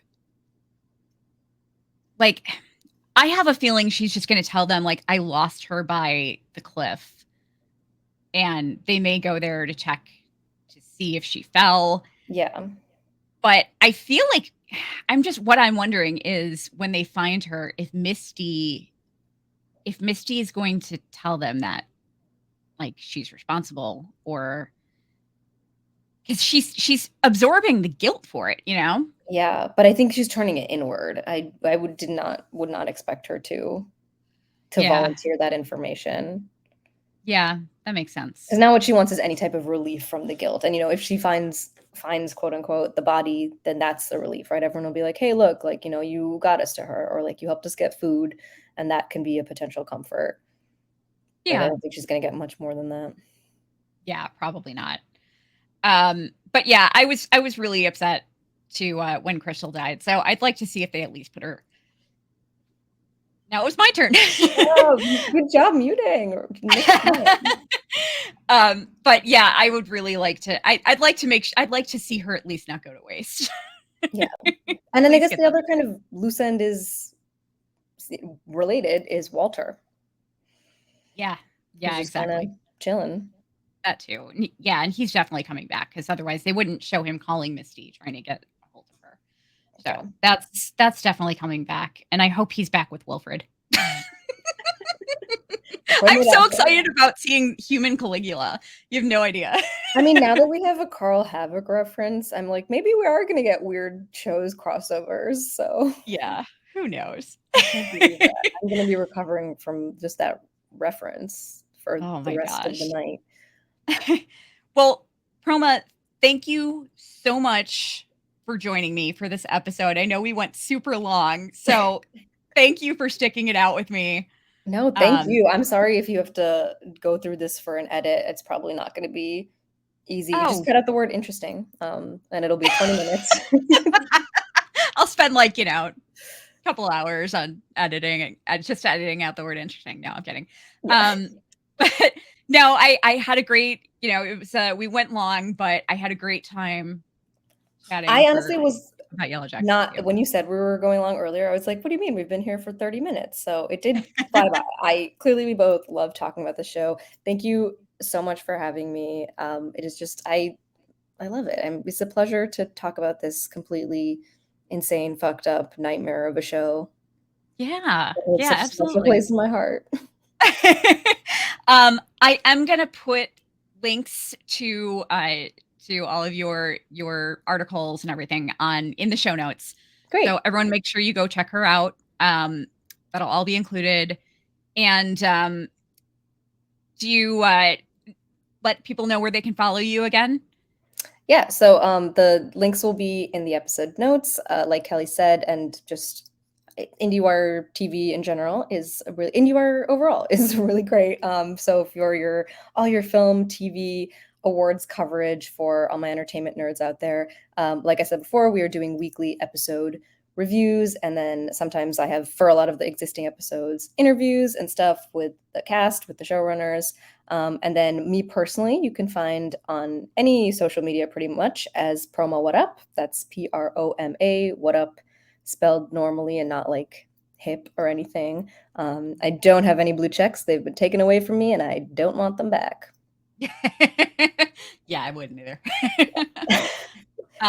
Awesome. Well, I hope I'm hoping some of my listeners will who aren't as familiar with you will become new avid readers of your articles. And Oh, that's I really sweet of you. and I'm excited to see more of your work. So, Thank especially you. regarding the remaining what's left of this Yellow Jacket season. So, Listen, I have to write about episode 7 tomorrow, and I'm not having a good time. oh no. Oh I no. don't, this doesn't feel spoiled. I do feel like I need to prepare people for just the vibes going from bad to worse. And you know what I Oh did god. realize this week is they're never going to get better because, like, I mean, at least in the wilderness timeline, like, we know what that culminates in. If that is our end point, it's not going to improve before we get there. We are in a steady decline, my Oh friends. man. Oh gosh, I I'm love the scared. show. Can't stop love. I only watch TV if it's fucked up. So, you know. Yes, it's real life. And I hope that at least listeners that you got something good out of this. Yes. And yeah. I'm Yeah. confident they did. Well, yeah, I would love to have you back next season if you're interested and available. Yeah. This was great. I had so much fun with you. And yeah, with that, we'll sign off. Promo stick around. The rest of you, peace, love, and yellow jackets all. We're out. Bye.